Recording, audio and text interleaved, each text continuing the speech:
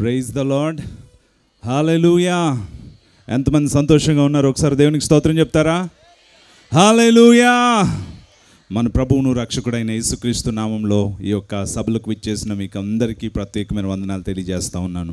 మీ అందరితో కలిసి ఈ యొక్క వాక్య జ్యోతి అన్నటువంటి అద్భుతమైనటువంటి పరిచర్యల ఈ యొక్క 40th యానివర్సరీ సందర్భంగా ఈ సభల్లో నేను కూడా దేవుని యొక్క వాక్యాన్ని అందించడానికి, పంచుకోవడానికి కృపనిచ్చిన దేవాది దేవునికి స్తోత్రాలు చెల్లిస్తూ, అదేవిధంగా నన్ను ప్రేమతో ఆహ్వానించిన దైవజనరాలు అమ్మగారు, అమ్మాజీ అమ్మగారికి, వారి కుమారులకు, సేవకులకు అందరికీ కూడా ప్రత్యేకమైన వందనాలు తెలియజేస్తున్నాను. అలాగే నా తోటి సేవకులు అనేక మంది ఇక్కడ ఉన్నారు, వేదిక మీద ఉన్నారు, వారందరికీ కూడా వందనాలు. ఎవరు నేను మర్చిపోతే మన్నించండి. సో ఇప్పటికే చాలా టైం అయిపోయింది, ఆల్మోస్ట్ 10 అయింది. ఇది ముగించే సమయం అనమాట. యాక్చువల్లీ వైజాగ్లో అయితే 9:30కి మీటింగ్ అయిపోతుంది, ఎవరింటికి వాళ్ళు వెళ్ళిపోతారు మన సభల్లో. కానీ ఇటువైపుకి వచ్చేటప్పుడు ఏంటంటే ఇప్పుడే వస్తూ ఉంటారు అందరూ కదా. సో అందుకోసమని ఇక్కడ లేట్ అవుతూ ఉంటుంది. రాత్రి కూడా కేడీపేట ఏజెన్సీ ప్రాంతంలో మీటింగ్ అయింది. రాత్రి 12 గంటల వరకు అక్కడ మీటింగ్ అయిన తర్వాత ఎర్లీ మార్నింగ్ 4కి మేము ఇక్కడికి రావడం అనేది జరిగింది. సో ఈ రోజున మళ్ళీ ఇక్కడ దేవుని యొక్క వాక్యం పంచుకోవడానికి కృపనిచ్చిన దేవునికి స్తోత్రాలు. ఒక్కసారి మనందరం లేచి నించుందామండి. ఒక్క పాట ద్వారా దేవుణ్ణి ఆరాధించిన తర్వాత మన హృదయాలను పరిశుద్ధాత్మ దేవుడు ఈ రాత్రి తాకేలా మన హృదయాలను సిద్ధం చేసుకుందాం. ఏ ఒక్కరు కూడా ఈ రాత్రి ఇక్కడ నుంచి ఒంటరిగా కానీ ఖాళీ చేతులతో కానీ వెళ్ళడానికి వీల్లేదు. చాలామంది ఏమని అంటారంటే, బ్రదర్ ఒక్క ఆత్మరక్షణ పొందినా సరే చాలండి అని అంటూ ఉంటారు. నేనేమంటానో తెలుసా? ఒక్కడు కూడా విడిచిపెట్టబడకూడదు అని చెప్పి నేను ఎప్పుడు అంటాను. ఎక్కడన్నా సరే దేవుడు ప్రతి ఒక్కరి ఆకలిని తీర్చేటువంటి దేవుడు. సో ఈ రాత్రి సమయంలో కూడా ఇప్పటి వరకు మీరు ఎలా ఉన్నారో తెలియదు, కానీ ఈ రాత్రి మీరు ఈ సందేశం విన్న తర్వాత మీ జీవితాలు మారిపోబోతూ ఉన్నాయి. మీ జీవితంలో నూతన ప్రారంభాలను దేవుడు ఇవ్వబోతూ ఉన్నాడు.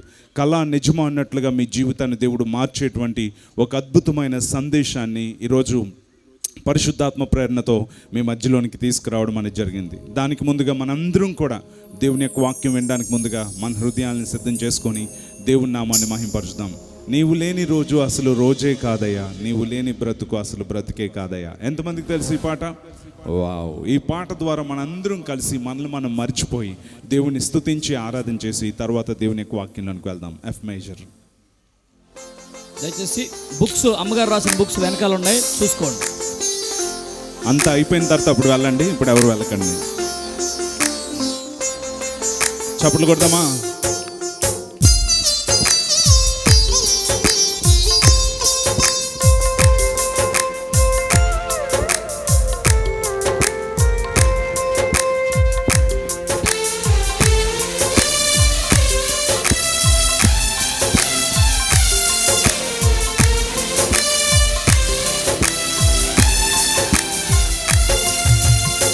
నీవు లేని రోజు అసలు రోజే కాదయా, నీవు లేని బ్రతుకు అసలు బ్రతుకే కాదయా. పాడదామా? నీవు లేని రోజు అసలు రోజే కాదయా, నీవు లేని బ్రతుకు అసలు బ్రతుకే కాదయా. నీవే లేకపోతే నేనసలే లేనయ్యా. చెప్దామా? నీవే లేకపోతే నేనసలే లేనయ్యా. నీవు లేని రోజు అసలు రోజే కాదయ్యా, నీవు లేని బ్రతుకు అసలు బ్రతుకే కాదయ్యా.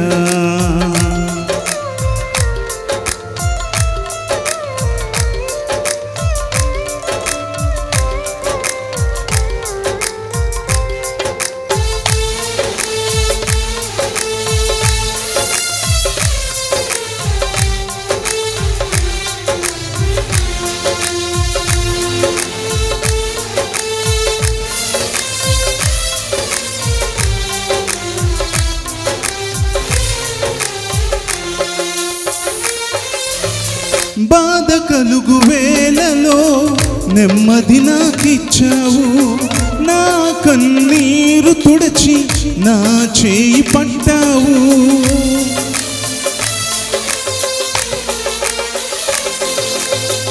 బాధ కలుగు వేళలో నెమ్మది నాకిచ్చావు, నా కన్నీరు తుడచి నా చేయి పట్టావు.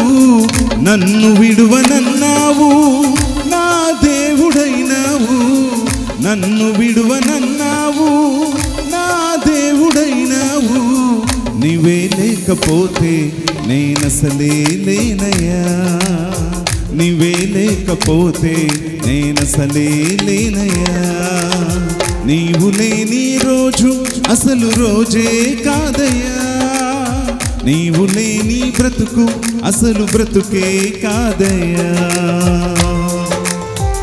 చప్పట్లు కొడుతూ దేవుడి నామాన్ని మహిమపరుస్తాం.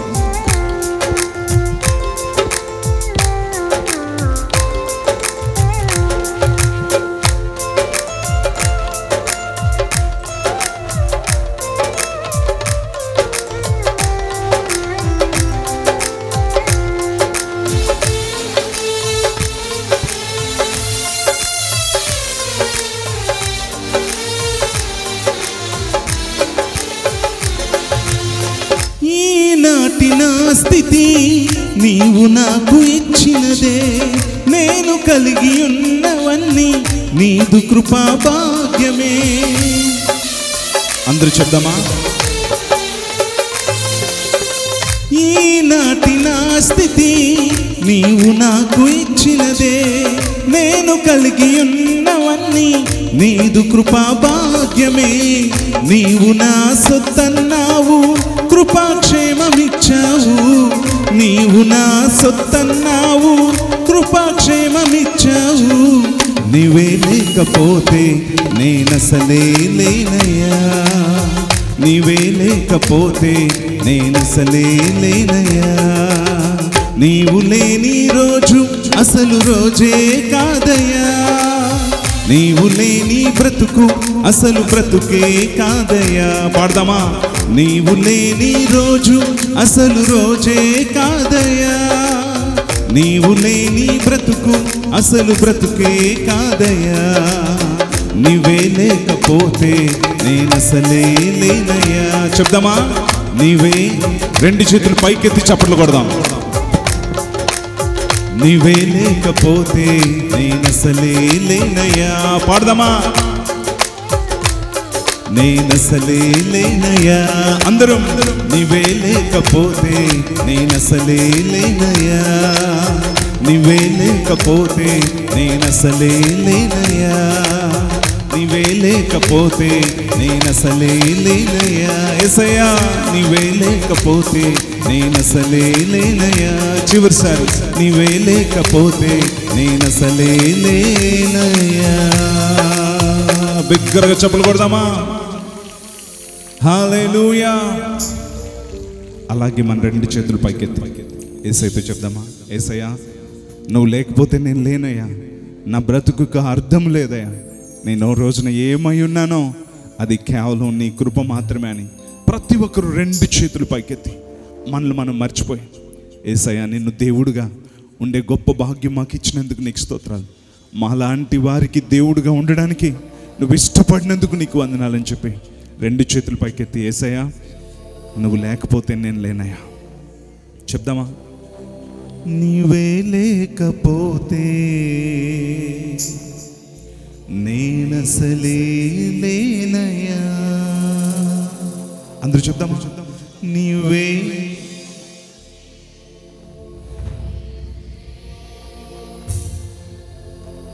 Thank you lord. తండ్రి నువ్వు లేకపోతే మేము లేం ప్రభు, మేమేమై ఉన్నామో ఏమి కలిగి ఉన్నామో అదంతా కేవలం నీ కృపాన్ని నీకు స్తోత్రాలు చెల్లిస్తున్నాం. ఈ రాత్రి సమయంలో నువ్వు మాట్లాడితే విందామని మేము ఆశపడుతున్నాం. ఏ మాటలు మమ్మల్ని బ్రతికింపజేస్తాయో ఆ నీ శక్తి కలిగిన మాటలు మాకు వినిపింపజేయమని అడుగుచున్నాం.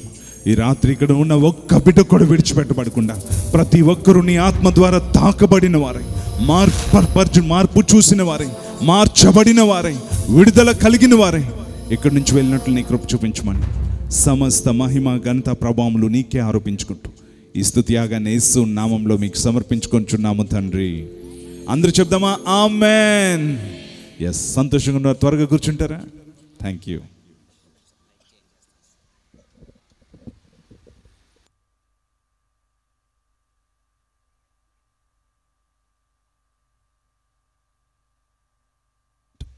Praise the lord. సో ఎవ్వరు అటు ఇటు తిరగొద్దు. దేవుని యొక్క వాక్యాన్ని మనం వినబోతున్నాం కనుక నేను ఎక్కువసేపు మాట్లాడను. చాలా చిన్న సందేశం నేను ఇస్తాను. సో అందుకోసం అని చెప్పి ఏ ఒక్కరు కదలకండి. ఎవరైనా కదిలారంటే చాలా శ్రేష్టమైనటువంటి సందేశాన్ని మీరు మిస్ అయిపోతారు. ఇప్పటికే చాలా టైం అయిపోయింది కాబట్టి ఆసక్తితో మీరు దేవుని యొక్క మాటలు వినాలని నేను ఆశపడుతూ ఉన్నాను. ఎందుకోసం అంటే దేవుని యొక్క వాక్యం వినే టైంకి సాతాను అనేక రకాలుగా డిస్ట్రాక్ట్ చేయడానికి ప్రయత్నిస్తూ ఉంటాడు. అందుకని పక్కన ఎవరైనా పడుకుంటున్నా మాట్లాడుతున్నా ఒక్క గుద్దండి. దేవుడు మాట్లాడుతున్నాడు, మాట్లాడొద్దు అని చెప్పి మౌనంగా ఉండమని చెప్పండి. అటు ఇటు తిరగొద్దని చెప్పండి. ఓకే? ఎందుకోసం? దేవుడు మనతో మాట్లాడబోతా ఉన్నాడు. ఈ రాత్రి సమయంలో నేను మీ మధ్యలోనికి ఒక సందేశాన్ని తీసుకొచ్చాను. నేను ఏదైనా ఒక సందేశాన్ని ఎవరి దగ్గరకని తీసుకొని వస్తే నేను ఏదో ఒక పాఠంలాగా నేర్చుకొని నేను ఎక్కడ చెప్పలేను. కానీ దేవుడు నా జీవితంలో ఏదైతే చేశాడో, దేవుని యొక్క వాక్యం నా జీవితంలో ఎలా పనిచేసిందో దాన్ని మాత్రమే నేను చెప్పడం అనేది నాకు అలవాటు. ఎందుకోసం అంటే నేను 17 సంవత్సరాల వయసు అప్పుడు నేను సంపూర్తి సేవకు వచ్చాను. సో 17 సంవత్సరాలప్పుడు నేను సేవకు వచ్చినప్పుడు నాకు వాక్యం చెప్పడం అంటే నాకు తెలియదు. ఎందుకోసం అంటే నాకు చాలా భయంకరమైన భయము, సిగ్గు ఉండేది. ఎవరన్నా ఎదురుగా ఒకరుంటే ఆ వ్యక్తి యొక్క కళ్ళల్లోనికి కళ్ళు పెట్టి కూడా నేను చూడలేనమాట. అంత భయంతో నేను ఉండేవాడిని. కానీ దేవుడు నన్ను తన సేవకు పిలుచుకున్నాడు. ప్రపంచమంతా వాడుకుంటానని దేవుడు చెప్పాడు. సో అందుకోసమనే నేను ఇంటర్మీడియట్ ఫస్ట్ ఇయర్ చదువుతున్నప్పటికే నా 17వ సంవత్సరంలోనే నేను సంపూర్తి సేవకు వచ్చాను. కానీ నాకు దేవుని సేవ చేయడం అంటే ఎలాగో తెలీదు. వాక్యం చెప్పడం కూడా నాకు చేత కాదనమాట. సో అటువంటి నన్ను ఈ రోజున ప్రపంచవ్యాప్త పరిచర్యలో ఎలా వాడుకుంటున్నాడు, అసలు నేను ఎలా వాక్యం చెప్పగలుగుతున్నాను, ఎందుకు నేను చెప్పే సందేశాలు పరిశుద్ధాత్మ దేవుడు కోట్లాది మందిలో కార్యం చేసేలా చేస్తున్నాడు అనే దాని గురించి నేను మొట్టమొదట మీతో పంచుకోవాలని ఆశపడుతున్నాను. నన్ను దేవుడు సేవకు పిలిచినప్పుడు నాకు నిజంగానే చాలా భయము, సిగ్గు ఉండేదన్నమాట. సో అటువంటి సమయంలో ఎవరైనా పాస్టర్ గారు ఎక్కడైనా వాక్యం చెప్తా ఉంటే ఒక 60-70 మందికి నేను చీకట్లో చెట్టు దగ్గర ఎక్కడో నించొని ఇలా చూసేవాడిని అనమాట. అయ్యో బాబోయ్, ఈ పాస్టర్ గారు ఏంటి 70 మందికి ఇంత బలంగా వాక్యం చెప్పేస్తున్నారు, ప్రభా నన్ను వాడుకుంటా ఉన్నావు, నాకు ఎక్కడ చూసినా భయమే, నేను ఎలా వాడబడతాను ప్రభా అని చెప్పి బాధపడుతూ ఉండేవాడిని. అటువంటి సమయంలో మా ఇంట్లో ఒక చిన్న ఆరాధన జరుగుతూ ఉండేది. ఒక 15-20 మందో 25 మందో స్త్రీలు ఎక్కువగా కూడుకుంటూ ఉండేవారు. 4-5 పురుషులు ఉండేవారు. సో మా ఇంట్లో ఆరాధన జరుగుతూ ఉంటే ఒక అంకుల్ వచ్చి మా ఇంట్లో వాక్యం చెప్తూ ఉండేవాడు. నా పని ఏంటంటే నేను సంపూర్తి సేవకు సమర్పించుకున్నాను కదా, అందుకోసమని ఒక కాంగో ఉంటే కాంగో వెనకతలు కూర్చొని తల దించుకొని కంజిరి వాయిస్తూ ఉండేవాడిని. జిగ్గి జిగ్గి జిగ్గి జిగ్గి అని వాయిస్తూ ఉండేవాడిని. సౌండ్ వచ్చేది కానీ ఎవడు వాయిస్తున్నాడో ఎవరికి కనబడేవాడు కాదు. ఎందుకోసం అంటే నాకు సిగ్గు ఎక్కువ కనుక ఎవరికి కనబడకుండా కంజిరి వాయిస్తూ ఉండేవాడిని. అది నా పరిచర్య. అయితే ఒక రోజున ఏమైందంటే ఆ అంకుల్ ఏమన్నాడంటే, నేను వచ్చేవారి నుంచి వాక్యం చెప్పనొచ్చు, ఎవరు వస్తారో చూస్తానొచ్చు, మీరు ఎవరినో ఒకరిని పిలుచుకోండొచ్చు అనుకుంటూ అంకుల్ వెళ్ళిపోయాడు. వెళ్ళిపోతే అరే సిస్టర్, వచ్చేవారి నుంచి మనకి ఎవరు వాక్యం చెప్తారు, మన సంఘంలో ఎవరు వాక్యం చెప్తారు అనుకుంటూ అందరూ కాంగో వెనక దాక్కున్న నా కాసి ఇలా చూశారు. నేను వాళ్ళ కాసి చూశాను. నా కాసి చూస్తున్నారేంటి అని చెప్పంటే, నేను దేవుడి సేవకు పిలుచుకున్నాడు కదా, వచ్చేవారం నుంచి నువ్వే వాక్యం చెప్పాలి అని అన్నాడు. అప్పుడు మొదలైంది గుండె దడ్మని కొట్టుకోవడం మొదలుపెట్టింది. అమ్మో నేను చెప్పను, నాకు భయం. అంటే లేదు, నేను దేవుడి సేవకు పిలుచుకున్నాడు కదా, నువ్వే వచ్చే వారం నుంచి వాక్యం చెప్పాలన్నారు. వాక్యం చెప్పడం అనేది మామూలు విషయం కాదు. ఏదో మంచిగా వాక్యం చెప్పాలి అని అనుకున్నాను. చెమటలు పట్టేస్తూ ఉన్నాయి. ఎలా చెప్పాలి వచ్చేవారం? ఆ రోజు నుంచి నిద్ర పట్టడం మానేసింది. ఏం వాక్యం చెప్దాం వచ్చేవారం? ఫస్ట్ టైం స్పీకర్ని ఏం చెప్దాం? 23వ కీర్తన చెప్పేద్దాం అని చెప్పి 23వ కీర్తన పైనుంచి కిందకి, కింద నుంచి పైకి బాగా చదివేసి ప్రిపేర్ అయిపోయాను. కనీసం ఒక 15-20 నిమిషాలన్నా 23వ కీర్తన చెప్పేయాలరా బాబు అనుకున్నాను. సో 23వ కీర్తన చెప్పడానికి అంత టైం చాలదేమో అని చెప్పి కొన్ని న్యూస్ పేపర్లు కూడా తెప్పించుకొని వార్తలు కూడా కొన్ని చదివేసి రెడీ ప్రిపేర్ అయిపోయాను. ఎందుకంటే ఇవి కవర్ చేయకపోతే ఎవరన్నా కవర్ చేసేద్దామని చెప్పి. ఆదివారానికి ముందు శనివారం రాత్రి ఇంకా టెన్షన్ ఎక్కువైపోయింది. రేపు విపరీతమైన జనం వచ్చేస్తారు. ఎంతమంది? 20-25 మంది వచ్చేస్తారు. అంతమంది ముందు వాక్యం చెప్పడం మామూలు విషయం కాదు. అందుకనే మా అక్కను కూర్చోబెట్టుకొని, అక్క నేను ఎలా వాక్యం చెప్తున్నానో ఒక్కసారి నీ దగ్గర రిహార్సల్స్ వేస్తాను, ఎలా చెప్తున్నానో చూడవే అని అంటే, సరే చెప్పరా ఎలా చెప్తావో చెప్పు అంటే చెప్పాను. యెహోవా నా కాపరి, నాకు లేమి కలుగదు అన్నాను. అరుస్తున్నావేంట్రా అన్నది. ఓహో అరుస్తున్నానా, బాగోలేదా? ఓకే అయితే యెహోవా నా కాపరి, నాకు లేమి కలుగదు. అరే డైలాగ్ చెప్తున్నట్లుందిరా అన్నది. ఏం చెప్తున్నా ఏదో ఒకటి అంటూ ఉండేది. సరే ఏదో విధంగా చెప్పరా రేపు బాబు అని అనింది. సరే అని అనుకున్నాను. ఆదివారం తెల్లవారే జనం వచ్చేసారు. ఎవడి కళ్ళల్లోనికి చూడకూడదు, ఎందుకంటే నేను ఎవరి కళ్ళల్లో కళ్ళు పెట్టి చూడలేను. నాకు భయం, సిగ్గు అనమాట. అందుకోసమని తలదించుకొని చెమటలు కారిపోతూ ఉంటే అందరూ ఆసక్తితో బాబు మెసేజ్ చెప్తా ఉన్నాడు, ఏం చెప్తాడు రాబాయ్ అనుకుంటే అందరూ ఆసక్తితో చూస్తూ ఉంటే ఇప్పుడు మనం 23వ కీర్తన చదువుకుందాం అని చెప్పి అప్పటికే చెమటలు పట్టేస్తున్నాయి, ఆశం వచ్చేస్తుంది. 23వ కీర్తన మొదలు పెట్టాను, పైనుంచి కిందకి, కింద నుంచి పైకి, పైనుంచి కిందకి, కింద నుంచి పైకి 2-3 సార్లు చదివేసాను. మెసేజ్ అయిపోయింది 5 నిమిషాల్లో, టోటల్ ప్రసంగమే అయిపోయింది. 15 నిమిషాలు చెప్దాం అనుకున్నది కాస్త 5 నిమిషాల్లోనే అయిపోయిందనమాట. అప్పటికి కూడా 2-3 వార్తలు కూడా చెప్పాను. అప్పటికి ఒక ఆంటీ ఏమన్నారంటే, అక్కడ కూర్చున్న ఒక ఆంటీ, బాబు వార్తలు బాగా చెప్పాడు అని అనింది. నిజంగానే నేను వార్తలే ఎక్కువ చెప్పాను. చాలా సిగ్గేసింది, చాలా బాధేసింది. ఆ రోజు నేను దేవుని సందులో ఏడ్చి ప్రార్థన చేశాను. ఏం చెప్తానయ్యా నేను ప్రసంగం, ఏ మనిషిని నేను ఇన్స్పైర్ చేయగలనయ్యా, నన్ను ఎందుకయ్యా నువ్వు ప్రపంచమంతా వాడుకుంటానని చెప్పావు, నిజంగానే నువ్వు నన్ను పిలిచావా, నేను నిజంగా నీ సేవకుడినేనా, నేను ఇలా అయితే చెప్పలేను ప్రభు అని చెప్పి నేను ఏడుస్తున్న సమయంలో ఆ రాత్రి పరిశుద్ధాత్మ దేవుడు నన్ను దర్శించాడు. ఒక హస్తం వచ్చి నా గుండెల మీద ఇలా పెట్టి, నేను నిన్ను పరిశుద్ధాత్మ చేత అభిషేకిస్తున్నాను అని చెప్పి అన్నప్పుడు పరిశుద్ధాత్మ అగ్ని అభిషేకం నా మీదకి దిగి వచ్చింది. ఎప్పుడైతే పరిశుద్ధాత్మ అభిషేకం నా మీదకి వచ్చిందో వెంటనే నా చూపు, నా మాటలు, నా నిర్ణయాలు అన్నీ మారిపోయాయి. ఆ రోజు నుంచి పరిశుద్ధాత్మ దేవుడు అందరూ పడుకున్నాక నేను ఒక్కడనే లేచి మోకాల మీద ఉండి బైబిల్ చదువుతూ ఉంటే, ఈ పరిశుద్ధాత్మ ఆవేశం వల్లనే పరిశుద్ధాత్మ దేవుడే ఈ బైబిల్ గ్రంథాన్ని రాయించాడు కనుక ప్రతి లేఖనము నాకు నేర్పించడం మొదలుపెట్టాడు. ప్రాక్టికల్గా ఇది నీ జీవితంలో అప్లై చేయి, పని జరుగుతుంది, కావలిస్తే చూడు, ఈ విధంగా చేయాలి, ఈ విధంగా చేయాలి, నీ జీవితంలో మార్పులు వస్తాయి అని చెప్పి అంటున్నప్పుడు పరిశుద్ధాత్మ దేవుడు బైబిల్ క్యారెక్టర్స్తో పాటు నన్ను కూడా తీసుకొని వెళ్ళడం మొదలుపెట్టాడు. అప్పుడు బైబిల్లో యేసయ్యతో పాటు 12 మంది శిష్యులు వెళ్తూ ఉంటే వారి వెనకతల నేను కూడా నడుస్తూ ఉన్నట్లుగా నేను వారితో పాటు వెళ్తూ ఉండేవాడిని. ఆ విధంగా పరిశుద్ధాత్మ దేవుడు అనేకమైన పాఠాలు నాకు నేర్పించినప్పుడు, ఆ పాఠాలన్నీ కూడా నా జీవితానికి నేను అప్లై చేసినప్పుడు నా జీవితంలో పెను మార్పులు కలగడం మొదలుపెట్టాయి. అప్పుడు నేను ఏం నేర్చుకున్నానో తెలుసా, పరిశుద్ధాత్ముడు నాకు ఏ పాఠం అయితే నేర్పించాడో, ఏ వాక్యాన్ని నేను విన్నానో, ఏ వాక్యానికి నేను విధేయత చూపించానో, ఏ వాక్యం అయితే నా జీవితాన్ని మార్చిందో అదే వాక్యాన్ని ప్రపంచంలో ఉండే ప్రజలకు చెప్పడం మొదలుపెట్టాను. అప్పుడు దేవుడు నన్ను బలంగా వాడుకోవడం మొదలుపెట్టాడు. దగ్గరగా చప్పట్లు కూడా దేవుని నామాన్ని మహిమపరుస్తాం. ఈ రాత్రి సమయంలో మీకు తెలియజేసే విషయం ఏంటో తెలుసా, దేవుని యొక్క వాక్యము మనము చదువుతున్నప్పుడు, వింటున్నప్పుడు దానికి ఎప్పుడైతే మనం లోబడతామో అప్పుడే మన జీవితంలో పెను మార్పులు కలుగుతాయి.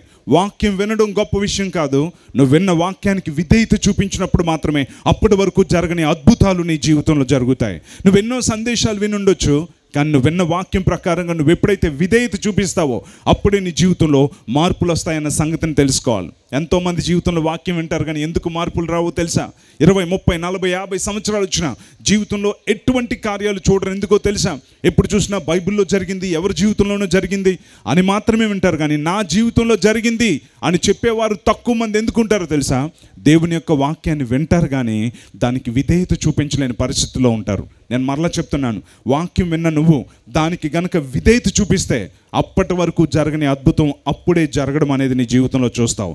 కానా వివాహంలో ద్రాక్షరసం అయిపోయింది. అందరూ కూడా ఈ విందు ప్రధాని టెన్షన్ పడిపోవడం మొదలుపెట్టాడు.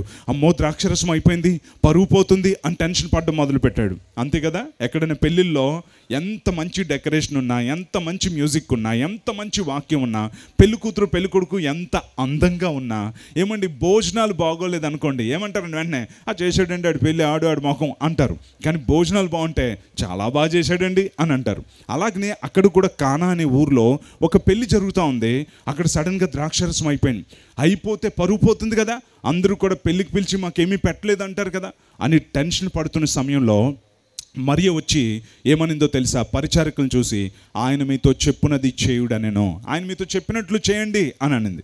వెంటనే ఆ శిష్యులు చేంజ్ చేశారు తెలుసా, అక్కడ పరిచారకులు, యేసుప్రభా ఏం చేయమంటావు అని అన్నాడు. అంటే అప్పుడు యేసుక్రీస్తు ప్రభు ఏమన్నాడు తెలుసా, ఇక్కడ 6 రాతిబాన్లు ఉన్నాయి కదా, వీటి నిండా నీళ్లు నింపండి అని చెప్పి అన్నాడు. వెంటనే ఆ పరిచారకులు వెళ్ళి ఆ రాతిబాన్ల నిండా నీళ్లు నింపేశారు. నింపినప్పుడు ఆయన ఏమన్నాడంటే, పంచి విందు ప్రధానికి అందరికీ పంచి పెట్టండి అనేటప్పటికి బుడుంగుమని ముంచెలా తీసేటప్పటికి దాని రంగు, రుచి, చెక్కదనం అన్నీ మారిపోయాయి. అక్కడికి వెళ్ళి ద్రాక్షరసం ఇస్తే అందరూ ఆశ్చర్యపోవడం మొదలుపెట్టారు.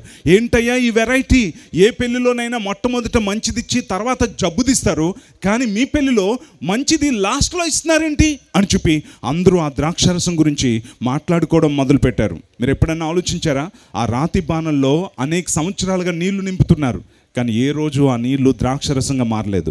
అవే రాతి బాన్లు, అవే నీళ్లు. కానీ ఆయన చెప్పిన మాట వినినప్పుడు అవి నీరు ద్రాక్షరసంగా మారిపోయింది. ఆ రంగు, రుచి, చెక్కదనము మారిపోయింది. అలాగే మన జీవితంలో కూడా ఇప్పటి వరకు నువ్వు ఒక రాతి బాణవలే నీ నీళ్ళలో రంగు, రుచి, చెక్కదనం లేని బ్రతుకు నీకు ఉండొచ్చు. కానీ ఆయన మాట చొప్పున నువ్వు ఎప్పుడైతే చేస్తావో నీ జీవితంలో నిజంగా నీ రంగు, రుచి, చెక్కదనాన్ని దేవుడు మార్చేస్తాడు. ఈ సత్యాన్ని నువ్వు తెలుసుకుంటే కనుక మధురమైన ద్రాక్షరసం నువ్వు కూడా రుచి చూసేలా దేవుడు చేస్తాడు. ఎంతమంది నమ్ముతున్నారు? మీ చేతి చూపిస్తారా? హల్లెలూయా. యెస్. అందుకోసమని ఈ రాత్రి తెలుసుకోవాల్సింది ఏదో తెలుసా? దేవుడు తన వాక్యం ద్వారా మనతో మాట్లాడుతున్నప్పుడు దానికి మనం ఎప్పుడైతే విధేయత చూపిస్తామో అప్పుడే మన జీవితంలో అనుకొనని మార్పులు జరుగుతూ ఉంటాయి. కళా నిజమా అన్న విధంగా నీ జీవితాన్ని దేవుడు మార్చడం అనేదాన్ని నువ్వు చూస్తావు. నేను నేర్చుకున్న పాఠం అదే. అందుకని ఈ రాత్రి నేను మీతో అదే పంచుకోబోతా ఉన్నాను. ఈ రాత్రి సమయంలో మీతో రెండు విషయాలు చెప్పాలి అని కోరుకుంటున్నాను. అయితే వీటిని గురించి జాగ్రత్తగా మనం వినాలని మరొకసారి మీకు తెలియజేస్తున్నాను. నేను ఇక్కడికి వచ్చేటప్పటికే నా ముందు ఒక దైవజనుడు హెబ్రీలకు రాసిన పత్రిక 12వ అధ్యాయం నుంచి ఆయన కూడా మాట్లాడుతూ ఉన్నారు. ఈ సమయంలో నేను దాని నుంచే మీకు 2 విషయాలు చెప్పాలని సిద్ధపడి నేను ఇక్కడికి వచ్చాను. సో ఇది దేవుని యొక్క చిత్తమని నేను నమ్ముతా ఉన్నాను. అందుకని హెబ్రీలకు రాసిన పత్రిక 12వ అధ్యాయం 1 నుంచి 3 వచనాల్లో ఉన్న దాంట్లో ఉన్న ఒక్క మాటని బేస్ చేసుకొని ఈ రాత్రి పరిశుద్ధాత్మ దేవుడు మనతో మాట్లాడబోతా ఉన్నాడు. ఏంటి హెబ్రీలకు రాసిన పత్రిక 12వ అధ్యాయం 1 నుంచి 3 వచనాలు ఏమనుంది? ఇంత గొప్ప సాక్షి సమూహము మనలను మేఘం వలె ఆవరించి ఉన్నందున మనము కూడా ప్రతి భారమును సులువుగా చిక్కులు పెట్టు ప్రతి పాపమును విడిచిపెట్టి విశ్వాసమునకు కర్తయు దాన్ని కొనసాగించువాడినైన యేసు వైపు చూచుచు మన ఎదుట ఉంచబడిన పందెములో ఓపికతో పరిగెత్తుదము అని అక్కడ రాయబడింది. చూసారా? ఇక్కడ ఏమనుందో తెలుసా? ఈ 12వ అధ్యాయంలో ఇంత గొప్ప సాక్షి సమూహము మనలను మేఘం వలె ఆవరించి ఉన్నందున మనము కూడా అనే మాట మనం చూస్తున్నాం. ఈ యొక్క సాక్షి సమూహం అనే 12వ అధ్యాయంలో ఒక మేఘాన్ని దేవుడు ఇక్కడ రాయించాడు. ఏంటబ్బా ఆ మేఘం అంటే, ఆ మేఘానికి సాక్షి సమూహము అని అన్నాడు. అంటే మన పైన ఒక మేఘం ఉంది.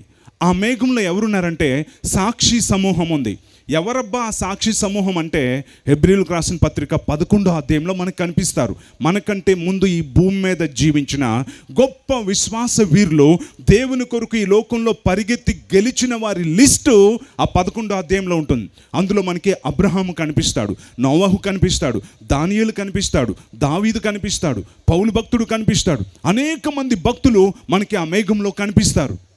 వాళ్ళందరూ కలిపి మనకి సైగ చేస్తున్నారు. ఏమని తెలుసా? హే, మా వైపు చూసి ధైర్యం తెచ్చుకోండి, మా వైపు చూసి పాఠం నేర్చుకోండి. మేము మీకంటే ముందు భూమి మీద జీవించిన వారం, మేమందరము విశ్వాసముతో మా పరుగు పందెంలో ఓపికతో పరిగెత్తి గెలిచిన వారం. మీరు కూడా మాకులాగే పరిగెత్తి ఈ మేఘంలో చేరండి అని చెప్పి మనకంటే ముందు ఈ భూమి మీద జీవించిన ఆ మేఘంలో ఉన్నవారు మనకి సైగ చేస్తూ ఉన్నారు. కనుకనే ఇక్కడ ఏమంటున్నాడంటే మనం కూడా ఆ దావీదు వలె, అబ్రహాము వలె, మోషే వలె, మనకంటే ముందు జీవించిన నోవహు వంటి విశ్వాస వీరుల వలె ఈ యొక్క జీవితం అనే పరుగు పందెంలో పరిగెత్తి మనము కూడా బహుమతి పొందుదాం అని వాక్యం చెప్తాం. సో ఈ రాత్రి మనం తెలుసుకోవాల్సింది ఏంటంటే క్రైస్తవ జీవితం అనేది ఒక పరుగు పందెం. ఈ పరుగు పందెంలో మనకి మీటర్లు ఉంటాయి, కిలోమీటర్లు కూడా ఉంటాయి కదా. కొంతమంది 100 మీటర్లు పరిగెత్తేవారు ఉంటారు, కొంతమంది కిలోమీటర్లు పరిగెడతారు. దాన్ని మ్యారథాన్ అని చెప్పి కూడా అంటారు. అలాగే ఈ లోకంలో నువ్వు 30 సంవత్సరాలు బ్రతకొచ్చు, లేకపోతే 60 సంవత్సరాలు బ్రతకొచ్చు, లేదా 80 సంవత్సరాలు బ్రతకొచ్చు. మీటర్లే బ్రతకొచ్చు, కిలోమీటర్లే బ్రతకొచ్చు. నువ్వెంతకాలం బ్రతికేవు అన్నది ముఖ్యం కాదు. నువ్వు పరిగెత్తిన ఈ పరుగు పందెంలో నువ్వు గెలిచావా లేదా అన్నది చాలా ప్రాముఖ్యమైన విషయం. అందుకోసమని ఈ పరుగు పందెంలో మనకి ఏం కావాలని ఇక్కడ దేవుడు రాయిస్తున్నాడంటే, మనము కూడా ప్రతి భారమును సులువుగా చిక్కులు పెట్టు ప్రతి పాపమును విడిచిపెట్టి విశ్వాసమునకు కర్తయు దాన్ని కొనసాగించువాడినైన యేసు వైపు చూచుచు మన ఎదుట ఉంచబడిన పందెములో ఓపికతో పరిగెత్తుదము. లాస్ట్ మాట ఇప్పుడు మనం నేర్చుకోబోతా ఉన్నాం. ఓపికతో పరిగెత్తుదము, లేకపోతే ఓర్చుకొని పరిగెడదాం అనే మాట మనం ఇక్కడ చూస్తున్నాం. సో టోటల్గా మనము గెలవాలి అంటే, మన జీవితంలో దేవుని యొక్క అసమానమైన కార్యాలు చూడాలి అంటే ఈ రాత్రి దేవుడు మనతో ఏమంటున్నాడంటే ఓర్చుకుందాం, ఓపిక పడదాం అనే మాటను ఇక్కడ రాయించాడు. ఈ రాత్రి సమయంలో ఈ ఓర్పు యొక్క విలువను మనం తెలుసుకోవాలని దేవుడు కోరుకుంటా ఉన్నాడు. ఎంతమంది ఈ రోజున ఈ యొక్క ఓర్చుకోవడం లేకపోతే ఎదురు చూడడం అనే దాన్ని ఎంతమంది ఇష్టపడుతున్నారో ఒకసారి ఆలోచించండి. ఈ రోజుల్లో ఓపిక పట్టమ్మా, ఓర్చుకో అమ్మా అని చెప్పంటే చాలామందికి నచ్చదు. ఎందుకంటే మనం ఎటువంటి సొసైటీలో ఉన్నామంటే 2 minutes మ్యాగీ, ఇన్స్టెంట్ కాఫీ సొసైటీలో ఉన్నాం. 2 నిమిషాల్లో మ్యాగీ అయిపోతుంది, ఇన్స్టెంట్గా కాఫీ అయిపోతుంది, ఫాస్ట్ చార్జర్స్ వచ్చినాయి, ఫాస్ట్ ట్రైన్స్ వచ్చినాయి, ఫాస్ట్ ఫుడ్స్ వచ్చినాయి. అందుకోసమనే అన్నీ ఫాస్ట్గా అవుతున్నాయి కనుకే నా జీవితంలో అన్నీ ఫాస్ట్గా అయిపోవాలని మనం అనుకుంటాం. కానీ దేవుడు ఎప్పుడు కూడా మార్పు లేనివాడు. ఆయన ఓర్పునకు కర్త. ఆయన మనకు చెప్పే మాట ఏంటంటే ఓర్చుకోండి అని చెప్పి అంటా ఉన్నాడు. ఎందుకు మనం ఓర్చుకోవాలో తెలుసా? మన జీవితంలో దేవుడు ప్రతిదానికి ఒక సమయం ఏర్పాటు చేస్తాడు. అందుకనే ప్రసంగి గ్రంథం 3వ అధ్యాయం 1వ వచనంలో ప్రతి దానికి సమయము కలదు అని ఉంది. ప్రసంగి గ్రంథం 3వ అధ్యాయం 11వ వచనంలో దేని కాలమందు అది చక్కగా నుండినట్లు ఆయన సమస్తమును నియమించి ఉన్నాడు అని రాయబడింది. సో ఈ రోజున మనం తెలుసుకోవాల్సింది ఏంటంటే ఈ లోకంలో నిన్ను పుట్టించినప్పుడే నీతో పాటు నీ జీవితంలో దేవుడు అలారం సెట్ చేశాడు. నీ జీవితంలో నీకు ఎప్పుడు పెళ్లి కావాలో, ఎప్పుడు బిడ్డలనివ్వాలో, ఎప్పుడు ఎక్కడ స్థిరపరచాలో, ఎప్పుడు స్వస్థపరచాలో, ఎప్పుడు రక్షించాలో, ఎప్పుడు ఏది విడుదల కలుగు చేయాలో అన్నింటికీ నీ జీవితంలో దేవుడు అలారం సెట్ చేశాడు. అది దేవుని యొక్క ఆధీనంలో ఉంది. రైట్ టైంలో అది మోగుతుంది. ఆ అలారం మోగేంత వరకు కూడా నీకు కావాల్సింది ఏంటంటే ఓపిక పట్టాలి అని దేవుడు తెలియజేస్తూ ఉన్నాడు. ఈ రోజున నీ జీవితంలో ఓర్చుకోకపోతే కనుక నీ గురించి దేవుడు సిద్ధం చేసిన ఆశీర్వాదాలని నువ్వెప్పుడు కూడా పొందుకోలేవు. ఎందుకంటే ప్రతి దానికి సమయము కలదు అన్నాడు. గలతీయులకు రాసిన పత్రిక 6వ అధ్యాయం 9వ వచనంలో తగిన కాలమందు పంట కోతము, in due season you will reap అని దేవుడు రాశాడు. సో ప్రతి దానికి సమయం అనేది ఉంది. ఆ సమయం వరకు మనం ఓపిక పట్టడం అనేది నేర్చుకోవాలి. మా అత్తయ్య గారి ఊరు కాకినాడ. మా బిడ్డలు ఇద్దరు చిన్నప్పుడు ఒక సమ్మర్లో మేము మ్యాంగోస్ మామిడి పళ్ళు తింటా ఉన్నాం. మా యొక్క ఇంటి దగ్గర పైన మాకు పొలం కూడా ఉంటుంది. సో ఒక పెద్ద స్థలం ఉంటుంది. అక్కడ బయట లంచ్ చేసిన తర్వాత బయట మ్యాంగోస్ తింటా ఉన్నాము. అప్పటికి నా బిడ్డకి, మా జోయల్కి 2.5 years అప్పుడే కొత్తగా మాటలు వస్తూ ఉన్నాయి. నా కూతురికి ఏమొచ్చి 7 years. సో వాళ్ళు అక్కడ ఉంటున్నప్పుడు నా కూతురు అడిగింది, శ్రేష్ఠ డాడీ ఇప్పుడు ఈ మ్యాంగో తింటున్నాం కదా, కొత్తపల్లి కొబ్బరి చాలా బాగుంటుంది, ఇటువైపుకి మరి తెలుసు అనుకుంటున్నాను నేను. సో ఇది తింటున్నాం కదా, ఇది వేసిన తర్వాత మళ్ళీ ఇదే వస్తుందా అంది. అవునన్నా, మళ్ళీ కొత్తపల్లి కొబ్బరి మామిడి పళ్ళే వస్తాయి ఈ టంక కనుక మనం వేస్తే అని చెప్పన్నాను. అంటే మా చిన్నోడు అప్పుడే ఇలా చీకుతూ ఉన్నాడు. అంటే ఇప్పుడు తిని ఇక్కడ వేసేస్తే మామిడి చెట్టు వచ్చేస్తుందా అన్నాడు. అవునన్నా వచ్చేస్తుంది అన్నాను. మధ్యాహ్నం 12:30 1 గంటకి మామిడి పండు మొత్తం తినేసి ఆ ట్యాంక్ ఏమో అక్కడ పడేసి వెళ్ళి పడుకున్నాడు. మేము కూడా పడుకొని ఒక 2 hours ముందు లేచి బయటకు వచ్చి టీ తాగుతూ ఉన్నాం. వాడు 2 hoursలో లేచి వచ్చి ఏడుస్తూ ఉన్నాడు. ఇలా బయటకు వచ్చి వాడికి ఏదో కళ వచ్చిందేమో అనుకుని దగ్గరికి వెళ్ళి, ఏ నాన్న ఏం జరిగిందమ్మా, ఎందుకు ఏడుస్తున్నావు, ఏమైందంటే, మామిడి చెట్టు ఏది, మామిడికాయలు ఏవి, నువ్వు అబద్ధం చెప్పావు, నువ్వు ఇది వేస్తే వస్తుందన్నావు, ఏదని ఏడుస్తున్నాడు. వాడు ఎప్పుడు వేసాడు టెంకాడు? 12:30కి వేసాడు. మధ్యాహ్నం 12:30కి వేసి 3 గంటలకు వచ్చి మామిడి చెట్టేది, మామిడి కాయలేవి, మామిడి పళ్ళు ఏమంటే మనకు నవ్వు రావట్లేదు. ఎందుకు మనకు నవ్వు వస్తుంది? మనకి తెలుసు దానికంటూ ఒక సమయం ఉంది. అప్పటి వరకు మనం ఓపిక పట్టాలి అని మనకి తెలుసు. అలాగే దేవుడు కూడా మన జీవితంలో, నీ జీవితంలో కూడా ప్రత్యేకంగా ఒక సమయం అనేది ఏర్పాటు చేశాడు. ఆ సమయం వరకు నువ్వు ఎప్పుడైతే ఓర్చుకుంటావో అప్పుడే ఆ శ్రేష్టమైన మ్యాంగో లాంటి ఆ ఫ్రూట్ నువ్వు అనుభవించేలా చేస్తాడు కదా. ఒకరోజు నాకు సహోదరి నాకు ఫోన్ చేసింది, అన్న లేక దేవుడు నాకు గర్భాన్ని తెరిచాడన్న, నాకు దేవుడు గర్భఫలం ఇచ్చాడు. అయితే డాక్టర్లు ఏమంటున్నారంటే నువ్వు బిడ్డని ఒకవేళ 6వ నెలలో నువ్వు డెలివరీ అయిపోతావేమోనమ్మా, పరిస్థితులు బాగోలేవు, నువ్వు కాళ్ళు పైకి పెట్టుకొని నువ్వు రెస్ట్ తీసుకోవాలి అని అంటే, ఆమె నాకు ఫోన్ చేసి ఏమనిందంటే, అన్న లేక దేవుడు నాకు గర్భఫలాన్ని ఇచ్చాడన్నా, కానీ డాక్టర్లు అంటున్నారు 6-7 నెలల్లో నేను డెలివరీ అయిపోయేలాగా ఉన్నానన్నా, అలా పుట్టడం మంచిది కాదు కదన్నా, 9 నెలలు నా గర్భంలో ఉండేలా ప్రేయర్ చేయండి అన్న, ఎంత కష్టమన్నా నేను ఓర్చుకుంటానన్నా, ఎంత నొప్పన్నా నేను ఓర్చుకుంటానన్నా, నా 2 కాళ్ళు పైకి పెట్టుకొని 9 నెలలు నేను ఓర్చుకుంటానన్నా, నా గురించి ప్రార్థన చేయండి అన్న అని చెప్పానింది. దేవుని మహాకృప వలన 9 నెలలు ఓర్చుకున్న తర్వాతనే చక్కని బిడ్డకు జన్మనిచ్చింది. అప్పుడు నేను ఆలోచించాను, ఏ తల్లన్నా ఎప్పుడన్నా సరే అబ్బా 9 నెలలు ఎవడమోస్తాడ్రా బాబు అనుకునే అమ్మని మనం ఎక్కడన్నా చూస్తామా? కదా.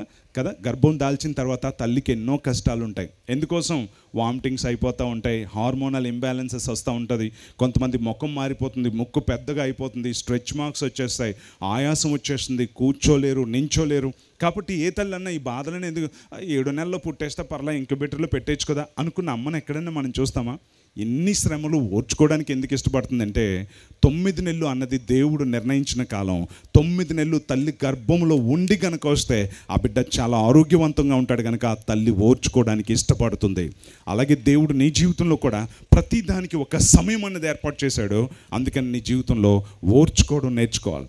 జీవితంలో ఓర్చుకుంటేనే మన జీవితంలో దేవుని యొక్క గొప్ప కార్యాలు మనం చూడగలుగుతాం. ఈ రాత్రి సమయంలో ఓర్చుకుంటే ఏం జరుగుతుందో ఒక 2 లేక 3 విషయాలు త్వరగా నేను చెప్పాను కదా, చిన్న ప్రసంగం అని. చిన్నదంటే మినిమం గంట ఉంటుందని అర్థం అనమాట. ఓకే, సో కనుక ఇప్పుడు మనం తెలుసుకోవాల్సింది ఏంటంటే అసలు ఓర్చుకుంటే ఏం జరుగుతుంది. నా జీవితంలో ఏం జరిగిందో నేను మీతో చెప్పాలని ఆశపడుతున్నాను.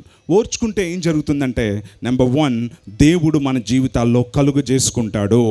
ఎప్పుడైతే ఏ విషయాల్లో అయితే నువ్వు ఓర్చుకుంటావో ఆ విషయాల్లో దేవుడు తప్పనిసరిగా కలుగు చేసుకుంటాడన్న సంగతిని మనం తెలుసుకోవాలి. సంఖ్యాకాండం 12వ అధ్యాయం 1వ వచనం నుంచి మనం చూసినట్లయితే, మీరు ఎవ్వరు చూడనవసరం లేదు, నా వైపు చూడండి. మీరు బైబిల్ కూడా నేను చెప్తున్నప్పుడు వాక్యం నేనే చెప్తాను కాబట్టి మీరు దాని గురించి ప్రత్యేకంగా చూడనవసరం లేదు, ఎందుకంటే టైం తక్కువ ఉంది కాబట్టి. ఓకే, సో సంఖ్యాకాండం 12వ అధ్యాయంలో మోషే ఒక స్త్రీని వివాహం చేసుకున్న కారణాన్ని బట్టి, మోషే మిక్కిలి సాత్వికుడు కనుక, ఎవరేమన్నా సరే ఓర్చుకునేటువంటి వ్యక్తి కనుక, అతని సహోదరులు మోషేకి విరోధంగా మాట్లాడడం మొదలుపెట్టారు. ఏంటి, మోషేతోనే దేవుడు మాట్లాడతాడా? మాతో కూడా మాట్లాడతాడమ్మా, మాకు దర్శనాలు వస్తాయి, మాకు ప్రవచనాలు వస్తాయి, మేము ప్రార్థన చేసిన అద్భుతాలు జరుగుతాయి అని కొంతమంది అంటుంటారు చూసారా. అలాగనే మోషేకి విరోధంగా మాట్లాడడం మొదలుపెట్టారు. మోషే ఓర్చుకున్నాడు, పట్టించుకోలా. కానీ బైబిల్ ఏం చెప్తుందో తెలుసా? యెహోవా ఈ మాట విని కోపగించెను. దేవుడు ఆ మాట విన్నాడు, దేవుని కోపం వచ్చింది, అత్యవసర సమావేశాన్ని ఏర్పాటు చేశాడు, వారిని గద్దించాడు. మిరియాముకు కుష్ఠరోగం వచ్చి నాన్న ఉమ్మేస్తే సిగ్గుపడినట్లుగా సిగ్గుపడాల్సిన పరిస్థితి వచ్చింది. దాని ద్వారా దేవుడు మనకేం మాట్లాడుతున్నాడో తెలుసా? మనము ఏ విషయాల్లో అయితే ఓర్చుకుంటామో ఆ విషయాల్లో దేవుడు తప్పనిసరిగా కలుగు చేసుకుంటాడు అనే సంగతిని మనం తెలుసుకోవాలి. చాలా కాలం క్రితం నా దగ్గర రాజు అనే ఒక యవనస్తుడు అప్పుడప్పుడు కూడా పరిచర్యలో సహకారిగా ఉంటూ ఉండేవాడు. అయితే ఒక రోజున అతడు సైకిల్ మీద వెళ్తున్నప్పుడు, డౌన్లో స్పీడ్లో వెళ్తున్నప్పుడు స్కిడ్ అయిపోయి పడిపోయాడు. ఆ సమయంలో ఏమైందంటే ఆ సైకిల్ తాలూకా హ్యాండిల్ బార్ బలంగా పట్టులో గుచ్చుకొని చీరికిపోయి పేగులు బయటకు వచ్చేసినాయి. చాలా మేజర్ యాక్సిడెంట్. దాంతో అబ్బాయికి ఆపరేషన్ చేసిన తర్వాత డాక్టర్లు ఏమన్నారంటే, నువ్వు కొంతకాలం బరువులు మోయకూడదు, జాగ్రత్తగా ఉండాలి అని చెప్పన్నారు. వెంటనే నా దగ్గరికి వచ్చాడు. అన్న, నాకేం చేయాలో తెలియట్లేదన్నా, నేను బరువులు మోయకూడదంట, నా భార్యని నేను ఎలా పోషించుకోవాలో కూడా నాకు తెలియట్లేదన్నా అని అన్నాడు. వెంటనే నేను అన్నాను, తమ్ముడు సరే కూర్చొని చేసుకునే పని ఏదైనా ఉంటే చూడు, నువ్వేమన్నా టీ షాప్ పెట్టుకుంటావా, లేకపోతే పాన్ షాప్ బడ్డీ ఏమన్నా పెట్టుకుంటావా, లేకపోతే నూడిల్స్ షాప్ ఏమైనా పెట్టుకుంటావా, నేను నీకు సహాయం చేస్తాను ఆర్థికంగా, నువ్వు పెట్టుకో అంటే అన్ని చోట్ల వెతుక్కొని వచ్చాడు. అన్నయ్య, మద్దిలపాలెం అనే సెంటర్లో ఒక మంచి కిల్లి బడ్డీ నాకు వచ్చిందన్న, మంచి వ్యాపారం జరుగుతుంది, 2 లేడీస్ నడిపిస్తున్నారు, చేయలేకపోతున్నామని ఇచ్చేస్తామంటున్నారన్న, అది ఇస్తే నేను తీసుకుంటానన్నా, నా బ్రతుకు బాగుంటుందంటే నేను ఆర్థిక సహాయం చేశాను. ఆ బడ్డీ పెట్టుకున్న ఆదివారం నుంచే చర్చికి రావడం మానేశాడు. ఏమండి, దేవుని సన్నిధి కనబడలా, ఎవరు కనబడలా. అయితే ఒక 2 వారాల తర్వాత అక్కడికి మన సంఘంలో ఉన్న ఒక సహోదరుడు వెళ్ళాడు. వెళ్ళి, ఏంటి నువ్వు చర్చికి రావట్లేదంటే, అంటే ఆదివారం నాడు ఇంకెక్కువ వ్యాపారం అయిపోతుంది తమ్ముడు, అందుకోసం చర్చికి రావడానికి కూడా అవట్లేదు అని చెప్పి అన్నాడు. ఎంత గౌరవం, ఒకసారి ఆలోచించండి. తర్వాత ఒక 4 రోజులకి ఇంకా రాకపోతే మరలా వెళ్ళాడు. ఏంటి నువ్వు చర్చికి రావట్లేదంటే, అయ్యి బాబోయ్ వ్యాపారం ఎలాగుందో తెలుసా, అసలు రెస్టే ఉండట్లేదు, మొన్ననే ఇంట్లో టీవీ కొన్నాను, ఇంట్లోకి ఫ్రిడ్జ్ కొన్నాను, అలాగే నా భార్యకి బంగారు గొలుసు కూడా కొన్నాను, వ్యాపారం చాలా బాగుంది తమ్ముడు అని చెప్పి అన్నాడు. సరే, నువ్వు ఇంత బాగా అభివృద్ధి చెందేవే, దిక్కులేనోడివి, మరి దేవుని మందిరానికి ఎందుకు రావట్లేదు?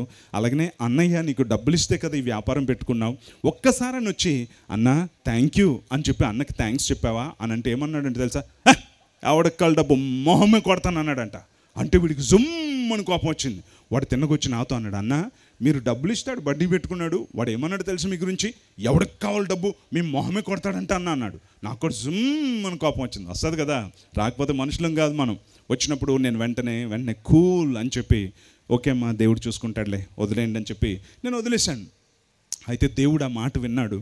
అయితే ఏం జరిగిందంటే ఆ ఆదివారం అందరికంటే ముందు వచ్చి ముందును కూర్చొని ఏడ్చి ప్రార్థన చేస్తూ ఉన్నాడు. ఓ మార్పు వచ్చింది మనోడికి, దేవునికి స్తోత్రం అని అనుకున్నాను. లైన్లో అందరూ వస్తూ ఉంటే తను కూడా వచ్చి అన్నయ్య అన్నాడు. ఏం పర్లేదు రాజు, నేనేం అనుకోలేదులే, డోంట్ వరీ, నేనేం పట్టించుకోవట్లేదులే అంటే, అది కాదు అన్నయ్య అనిసాడు. ఏం పర్లేదమ్మా అంటే, చెప్పింది వినన్నయ్య అన్నాడు. సరే చెప్పు అంటే, నిన్న మున్సిపాలిటీ వాళ్ళు వచ్చి నా బడ్డీ పెంట మీద విసిరేశారన్నయ్య, మరలా ఇక్కడ నువ్వు పెడితే ఊరుకోమని అన్నారన్నయ్య, నేను చాలా తప్పు చేశానన్నయ్య, నన్ను క్షమించన్నయ్య అనుకుంటూ వచ్చాడు. అప్పుడు నాకేమర్థమైందో తెలుసా, ఓ దేవుడు కలుగు చేసుకున్నాడు అని నాకు అర్థమైంది. అలా కాకుండా నేనే వెళ్ళి అక్కడ కలుగు చేసుకొని, నువ్వెంతరా, నీ బ్రతికెంతరా, నేను ఇచ్చిన డబ్బులతో నువ్వు షాప్ పెట్టుకున్నావని ఒక బాటిల్ నేను బదులు కొట్టేశాను అనుకో, పెద్ద సౌండ్ వస్తుంది. ఏంటి పాస్టర్ గారు ఇక్కడికి వచ్చి ఎంత సౌండ్ చేస్తున్నారు అని అనుకుంటారు. అందుకే మనం కలుగు చేసుకుంటే సౌండ్ ఎక్కువ, రౌండ్ తక్కువ. దేవుడు కలుగు చేసుకుంటే సౌండ్ తక్కువ, రౌండ్ ఎక్కువ. అందుకనే ఆయన కలుగు చేసుకోవడానికి మనం అవకాశం ఇవ్వాలి. బిగ్గరగా చప్పట్లు కొడదామా? హల్లెలూయా. నీ జీవితంలో ఏదైనా కావచ్చు, ఎవరైనా నిన్ను మాటలతో గాయపరుస్తూ ఉండొచ్చు, నీకు శక్తి లేదని నిన్ను అవమానపరుస్తూ ఉండొచ్చు, కానీ దేవుడు వింటున్నాడన్న సంగతి తెలుసుకో. రైట్ టైంలో దేవుడు స్పందిస్తాడు, దేవుడు తప్పనిసరిగా కలుగు చేస్తాడు. ఒక రోజున ఒక చెల్లి నాకు ఫోన్ చేసింది, అన్నయ్య నాకు బ్రతకాలని లేదన్నయ్య, నాకు చచ్చిపోవాలని ఉందన్నయ్య అన్నది. ఏమా, ఏం జరిగింది, ఎందుకు చచ్చిపోయేంత కష్టం నీకెందుకు వచ్చింది అని అడిగితే ఆమె ఏమనిందంటే, అన్నయ్య నేను పేద కుటుంబం నుంచి వచ్చాను, నేను మా అత్తగారికి పెద్దగా కట్నం అది ఇవ్వలేదని చెప్పి అందరి ముందు నన్ను తక్కువ చేసి మాట్లాడుతుంది అన్నయ్య. అలాగే ఇప్పుడు ఏమని మాట్లాడుతుందంటే, అందరి ముందు ఎప్పుడు చూసినా నన్ను ఏ దయ్యమా అని నన్ను పిలుస్తుంది అన్నయ్య అని చెప్పి చాలా బాధపడింది అనమాట. దయ్యమా అని పిలుస్తుందని చెప్పి బాధపడుతున్నప్పుడు నేను ఇంకా చచ్చిపోదామని అనుకున్నాను అన్నయ్య అని చెప్పనింది. సో ఏమైందండి, దయ్యమా అని చెప్పి బాధపడుతూ నేను చచ్చిపోదాం అనుకుంటున్నాను అన్నయ్య అని చెప్పి అన్నప్పుడు వెంటనే ఏం జరిగిందంటే,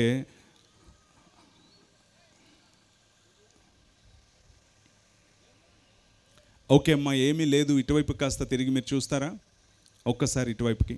ఓకే, సో దయ్యమా అని నన్ను పిలుస్తుంది, నేను చనిపోవాలనుకుంటున్నానంటే వెంటనే ఏమన్నంటే, అమ్మ కొద్ది నెలలు ఓర్చుకో, దేవుడు తప్పనిసరిగా కలుగు చేసుకుంటాడు అని చెప్పి నేను చెప్పాను.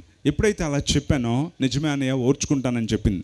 కానీ ఒక 6 నెలల తర్వాత ఆమె మళ్ళీ ఫోన్ చేసింది, అన్నయ్య నిజంగానే దేవుడు కలుగు చేసుకున్నాడు అన్నయ్య అనింది. ఏం జరిగిందమ్మా అంటే, మా అత్తయ్య గారికి చిన్న కొడుకున్నాడు, వాడికి పెళ్ళయింది, చిన్న కోడలు వచ్చింది అన్నయ్య. ఇప్పుడు ఎప్పుడైతే చిన్న కోడలు వచ్చిందో ఆ కోడలు మా అత్తయ్యని కూర్చొనివ్వట్లేదు అన్నయ్య, గడగడలాడించేస్తుంది, నీళ్లు ముట్టుకోనివ్వదు, టీవీ ముట్టుకోనివ్వదు, రిమోట్ ముట్టుకోనివ్వదు, భయంకరంగా వేధిస్తూ ఉంటే ఇప్పుడు మా అత్తయ్య నన్ను ఏమని పిలుస్తుందో తెలుసా అన్నయ్య, బంగారం అని నన్ను పిలవడం మొదలు పెట్టింది అన్నయ్య అని చెప్పడం మొదలుపెట్టింది. బిగ్గరగా చప్పట్లు కొట్టి దేవుని నామమును మహిమపరుస్తాం. హల్లెలూయా. సో ఏం జరిగింది అంటే, ఆమె జీవితంలో దేవుడు కలుగు చేసుకున్నాడు. కనుక ఈ రోజున ఓర్చుకుంటే ఏం జరుగుతుంది అంటే, మొట్టమొదటిగా మన జీవితాల్లో దేవుడు కలుగ చేసుకుంటాడనే సత్యాన్ని మనం తెలుసుకోవాలి. రెండోదిగా ఓర్చుకుంటే ఏం జరుగుతుంది అని అంటే, దేవుడు మనకిచ్చినటువంటి వాగ్దానం నెరవేర్చబడుతుంది. అందరూ చెప్దామా, వాగ్దానం నెరవేర్చబడుతుంది. అంతేనా, ఇంకా బిగ్గరగా చెప్పగలమా? నేను 1 2 3 అంటాను, అందరూ ఒకేసారి వాగ్దానం నెరవేరుతుంది అని చెప్పండి. ఓకే, 1 2 3. ఎస్. ఓర్చుకుంటే రెండవదిగా ఏం జరుగుతుందంటే, మనకు దేవుడిచ్చినటువంటి వాగ్దానం నెరవేర్చబడుతుంది. అందుకోసమని ఈ రోజున మనకి ఓర్పు అవసరము. మనందరికీ కూడా దేవుడు వాగ్దానం ఇచ్చాడు. ఇక్కడున్న ఎంతమందికి దేవుడు వాగ్దానం ఇచ్చాడు ఒకసారి చేతి చూపిస్తాడా? ఎస్, అందరికీ కూడా దేవుడు వాగ్దానం ఇచ్చాడు. దేవుడు ఇచ్చినటువంటి ఈ వాగ్దానం నెరవేర్చబడాలంటే మనకి ఏం అవసరం అంటే, ఓర్పు అవసరం. హెబ్రీలకు రాసిన పత్రిక 6వ అధ్యాయాన్ని మనం చూసినట్లయితే ఒక్కసారి మీరు అందరూ కూడా చూడొచ్చు. ఏమనుంది 15వ వచనంలో, హెబ్రీలకు రాసిన పత్రిక 6వ అధ్యాయం 15వ వచనంలో, అతడు ఓర్పుతో సహించి ఆ వాగ్దాన ఫలము పొందెను అని మనం చూస్తున్నాం. చూసారా, అతడు ఓర్పుతో సహించి ఆ వాగ్దాన ఫలము పొందెను అని రాయబడింది. ఎవరతడు? అబ్రహాముకు దేవుడు 75 సంవత్సరాల వయసు అప్పుడు వాగ్దానం ఇచ్చాడు. అబ్రహామా, నీకు నేను సంతానాన్ని ఇస్తాను, ఆకాశపు నక్షత్రముల వలె నీకు నేను సంతానాన్ని ఇస్తాను, సముద్రపు ఇసుక రేణువులంత విస్తారంగా నీకు సంతానాన్ని ఇస్తానని దేవుడు అబ్రహాముకి వాగ్దానం ఇచ్చాడు. ఆ వాగ్దానం ఇచ్చిన తర్వాత అబ్రహాము 25 సంవత్సరాలు ఓర్చుకుంటూనే ఉన్నాడు. అబ్రహాము దగ్గర ఉన్న పని వారికి పిల్లలు పుట్టేస్తూ ఉన్నారు. అబ్రహాము చేతుల మీదుగా పెళ్ళిళ్ళైన వారికి కూడా పిల్లలు పుట్టేస్తూ ఉన్నారు. కానీ అబ్రహాముకి మాత్రము బిడ్డలు లేరు. అయినప్పటికీ కూడా దేవుడు అతనికి అన్నాడు, నీకు నేను బిడ్డనిస్తాను అంటే, అతడు ఆ మాట నమ్మి ఆ వాగ్దాన ఫలము కొరకు ఓర్పుతో సహించుకొని ఆ ఫలాన్ని పొందాడు. ఎందుకంటే 25 సంవత్సరాలు ఓర్చుకున్నాడు. ఆస్తి పెరుగుతుంది, అంతస్తు పెరుగుతుంది, ఒకవైపు ఏమొచ్చి వీరి వయసు కూడా పెరిగిపోయి బహుకాలము గడిచిన వృద్ధులైపోయి చివరికి మెనోపాస్ టైం కూడా దాటిపోయింది. అటువంటి సమయంలో దేవుడు మరలా వచ్చి అన్నాడు, అబ్రహామా, నేను నీకు ఆ బిడ్డనిస్తాను అని చెప్పంటే హవ్వమ్మ గుడారంలో నుంచి అని నవ్వుకుందనమాట. అప్పుడు దేవుడు ఏమన్నాడు తెలుసా? సారా ఈ నవ్వనేలా అని అంటే, అబ్రహాం కూడా నిరాశలో ఉన్నాడు. ఇంకేముందయ్యా, ఎవరినో ఒకరు నేను అడాప్ట్ చేసుకుంటానన్న ఆలోచనతో ఉన్నప్పుడు దేవుడు ఏం చేశాడు తెలుసా? అబ్రహామును రాత్రి వేళ గుడారంలో నుంచి బయటకు తీసుకొని వచ్చాడు. అబ్రహామా, నిరాశ నీకు వస్తుందా? బయటకు రా అని బయటకు తీసుకొచ్చాడు. ఉండు ప్రభు అంటే బయటకు రా అని బయటకు తీసుకొని వచ్చాడు. బయటకు తీసుకొచ్చిన తర్వాత ఏమన్నాడు తెలుసా? రాత్రి వేళ ఆకాశం వైపు చూడు, ఆ నక్షత్రాలు లెక్కపెట్టు, నీకు చేతనైతే లెక్కపెట్టు అని అన్నాడు. అంటే అబ్రహాము లెక్కపెట్టు మొదలు పెట్టాడు. 1, 2, 3, 4, 10 మర్చిపోయాను ప్రభా, 10, 15, 20, 40 నేను ఎక్కడ లెక్క పెడతాను ప్రభా? అమ్మ చీర మడత పెట్టలేం, నాన్న డబ్బులు లెక్క పెట్టలేం, అంతే కదా? నక్షత్రాలని లెక్క పెట్టలేం, ఆకాశాన్ని మడత పెట్టలేం, నేను లెక్క పెట్టలేనంటే దేవుడు ఏమన్నాడు తెలుసా? అవే చూస్తూ ఉండు, నీకు ఇచ్చిన వాగ్దానాన్ని నేను నెరవేరుస్తాను అంటే అబ్రహాము ఆ మాటని నమ్మి ఓర్పుతో సహించుకున్నాడు. రైట్ టైంలో దేవుడు అబ్రహాముకి ఇచ్చినటువంటి వాగ్దానాన్ని నెరవేర్చాడు. ఇస్సాకునిచ్చాడు. విస్తారమైన సంతతికి తండ్రిగా దేవుడు అబ్రహాముని చేశాడు. దానికి ముందుగా బైబిల్ చెప్తున్నాడు తెలుసా? అతడు ఓర్పుతో సహించుకున్నాడు. ఈ రోజున నీ జీవితంలో దేవుడిచ్చిన ప్రతి వాగ్దానము నెరవేర్చబడాలంటే నీకు కావాల్సింది ఏంటో తెలుసా? ఓర్పు అనేది అవసరం. దేవుడు మనకిచ్చే వాగ్దానాలు చాలా అమూల్యమైనవి, చాలా గొప్ప వాగ్దానాలను దేవుడు మనకిస్తాడు. కొన్నిసార్లు అవి మనకి నమ్మబుద్ధి కావు. ఎందుకోసమంటే దేవుడు మనకిచ్చే వాగ్దానాలు మన జీవితానికి పూర్తిగా విరుద్ధంగా ఉంటాయి. మనకేమో తినడానికి లేకపోతే దేవుడు మనకేమని వాగ్దానం ఇస్తాడంటే, నువ్వు అనేక మందికి పెట్టేలా చేస్తాను అంటాడు. నువ్వు పెంట కుప్ప మీద ఉంటే దేవుడు నీకేమని వాగ్దానం ఇస్తాడంటే, నిన్ను సింహాసనం మీద కూర్చోబెడతానని ఇస్తాడు. అందుకే కొంతమంది ఆ వాగ్దానాలని నమ్మలేకపోతూ ఉంటారు. ఈ వాగ్దానం నాకు కాదేమో అని అనుకుంటూ ఉంటారు. మన దేవుడు మన స్థితిగతులను బట్టి, మన కులాన్ని బట్టి, మన స్థాయిని బట్టి, మన జ్ఞానాన్ని బట్టి దేవుడు ఎప్పుడు కూడా మనకి వాగ్దానం ఇవ్వడు. ఓ నువ్వు 10th క్లాస్ చదివావా, అయితే నీకు 15,000 విలువైన వాగ్దానం అని దేవుడు అండు. ఓ నువ్వు డిగ్రీ పాస్ అయ్యావా, అయితే నీకు 30,000 విలువైన వాగ్దానం. నువ్వేంటి పీజీయా, అయితే 50,000 విలువైన వాగ్దానం. నువ్వేంటి డాక్టరేట్ చేసావా, అయితే నీకు ₹1,00,000 విలువైన వాగ్దానం అని దేవుడు ఎప్పుడు కూడా వాగ్దానం ఇవ్వడు. దేవుడు మన బ్రతుకులు బాగోకపోయినా, మనకి తినడానికి లేని పరిస్థితుల్లో ఉన్నప్పటికీ కూడా దేవుడు మనకి గొప్ప వాగ్దానాలను ఇస్తాడు. ఎందుకంత గొప్ప వాగ్దానాన్ని ఇస్తాడో తెలుసా? ఆ వాగ్దానమును ఆయన నెరవేర్చగలడు గనుక మనకి అంత గొప్ప వాగ్దానాలను ఆయన ఇస్తాడు. నమ్మితే బిగ్గరగా చప్పట్లు కొడదామా? హల్లెలూయా. సో చాలామంది నమ్మలేరు అనమాట, దేవుడిచ్చిన వాగ్దానాన్ని నమ్మలేరు. ఎందుకో తెలుసా? నా బ్రతుకు ఎలా ఉంది, నాకు ఇచ్చిన వాగ్దానం ఏంటి, ఎలా ఉంది అని అనిపిస్తూ ఉంటుంది కదా. ఈరోజు దేవుడు నీతోనే మాట్లాడుతూ ఉన్నాడు. కొంతమందికి ఎలాగంటే, పెంట కుప్పల మీద ఉన్న వారికి ఎటువంటి వాగ్దానం ఇస్తే నమ్ముతారంటే, బిడ్డ నీకు మంచిగా చిత్తు కాగితాలు దొరికేలా నేను చేస్తానని వాగ్దానం ఇచ్చాడు అనుకోండి, ఎంతో మురిసిపోతారు. నా గురించి దేవుడికి బాగా తెలుసు బ్రదర్, నేను పెంట కుప్పల మీద తిరుగుతూ ఉన్నానని, చిత్తు కాగితాలు ఏరుకుంటున్నానని తెలుసు బ్రదర్, అందుకే దేవుడు నాకు ఎక్కువ చిత్తు కాగితాలు దొరికేలా వాగ్దానం ఇచ్చాడు బ్రదర్ అని పొంగిపోతూ ఉంటారు. కానీ పెంట కుప్ప మీద ఉన్నప్పుడు, బిడ్డ నిన్న ఒక రోజున సింహాసనం ఎక్కిస్తాను అంటే నమ్మగలిగే క్రైస్తవులు కావాలి. ఈ రాత్రి దేవుడు నీకు ఇచ్చిన వాగ్దానం నెరవేర్చబడాలి అంటే నీ జీవితంలో తప్పనిసరిగా ఓర్పు అనేది అవసరం అనే సత్యాన్ని నువ్వు తెలుసుకోవాలి. ఈరోజు నువ్వు నిజంగా ఓర్చుకోగలుగుతున్నావా? దేవుడు నీకు ఇచ్చిన వాగ్దానం నెరవేర్చబడడం కోసం నువ్వు ఓర్చుకోగలిగే సామర్థ్యం ఉందో లేదో నువ్వు పరీక్ష చేసుకోవాలి. ఈరోజు నా సాక్ష్యాన్ని కూడా కొంత మీతో పంచుకోవాలని నేను ఆశపడుతున్నాను. నేను ఒక అన్య కుటుంబంలో రక్షణ పొందినటువంటి వ్యక్తిని. మా నాన్నగారు స్టీల్ ప్లాంట్ HPCLలో పెద్ద పెద్ద కాంట్రాక్టులు చేసి విపరీతంగా ఆస్తిని సంపాదించారు. ఎక్కడుందో తెలియనంత సంపాదించారు. ఎప్పుడు చూసిన పేదవాళ్ళకి పెళ్ళిళ్ళు చేయడం, పుణ్యకార్యాలు చేయడం, ఇటువంటి పనులే చేస్తూ ఉండేవారు. కానీ క్రైస్తవులంటే పడేది కాదనమాట. అటువంటి సమయంలో మా నాన్నగారు స్టీల్ ప్లాంట్ నుండి వస్తుంటే జీప్ యాక్సిడెంట్ అయ్యి ఇలా వీడిపోయిందనమాట. మా తమ్ముడికి చెల్లికి ఎవరో చిల్లంగ పెట్టారంట, కాళ్ళు చేతులు వంకరలు తిరిగిపోయి ఇద్దరు కూడా చనిపోయారు. అమ్మకేమో క్యాన్సర్ వచ్చింది. జీవితం అంధకారం అయిపోయింది. ఎందుకు ఇలా అయిపోయిందని చెప్పి ఈ బాధ భరించడానికి తల్లిదండ్రులు ఇద్దరు కూడా ఇంట్లో కూర్చొని తాగేస్తూ ఉండేవారు, డ్రింక్ చేస్తూ ఉండేవారు, కాంట్రాక్టులకు వెళ్తూ ఉండేవారు కాదు, ఆస్తులు డబ్బులు పట్టించుకుంటూ ఉండేవారు కాదు. ఎవరికైనా పెళ్లి చేయాలంటే ఒక బంగారు గాజో ఏదో గొలుసో తీసి అమ్మేసి పెళ్ళిళ్ళు చేస్తూ ఉండేవారు. అలా చేయడంతో అతి త్వరలోనే మాకు తినడానికి కూడా లేని పరిస్థితి వచ్చేసింది. దెబ్బకి బంధువులు, స్నేహితులు అందరూ వదిలేశారు.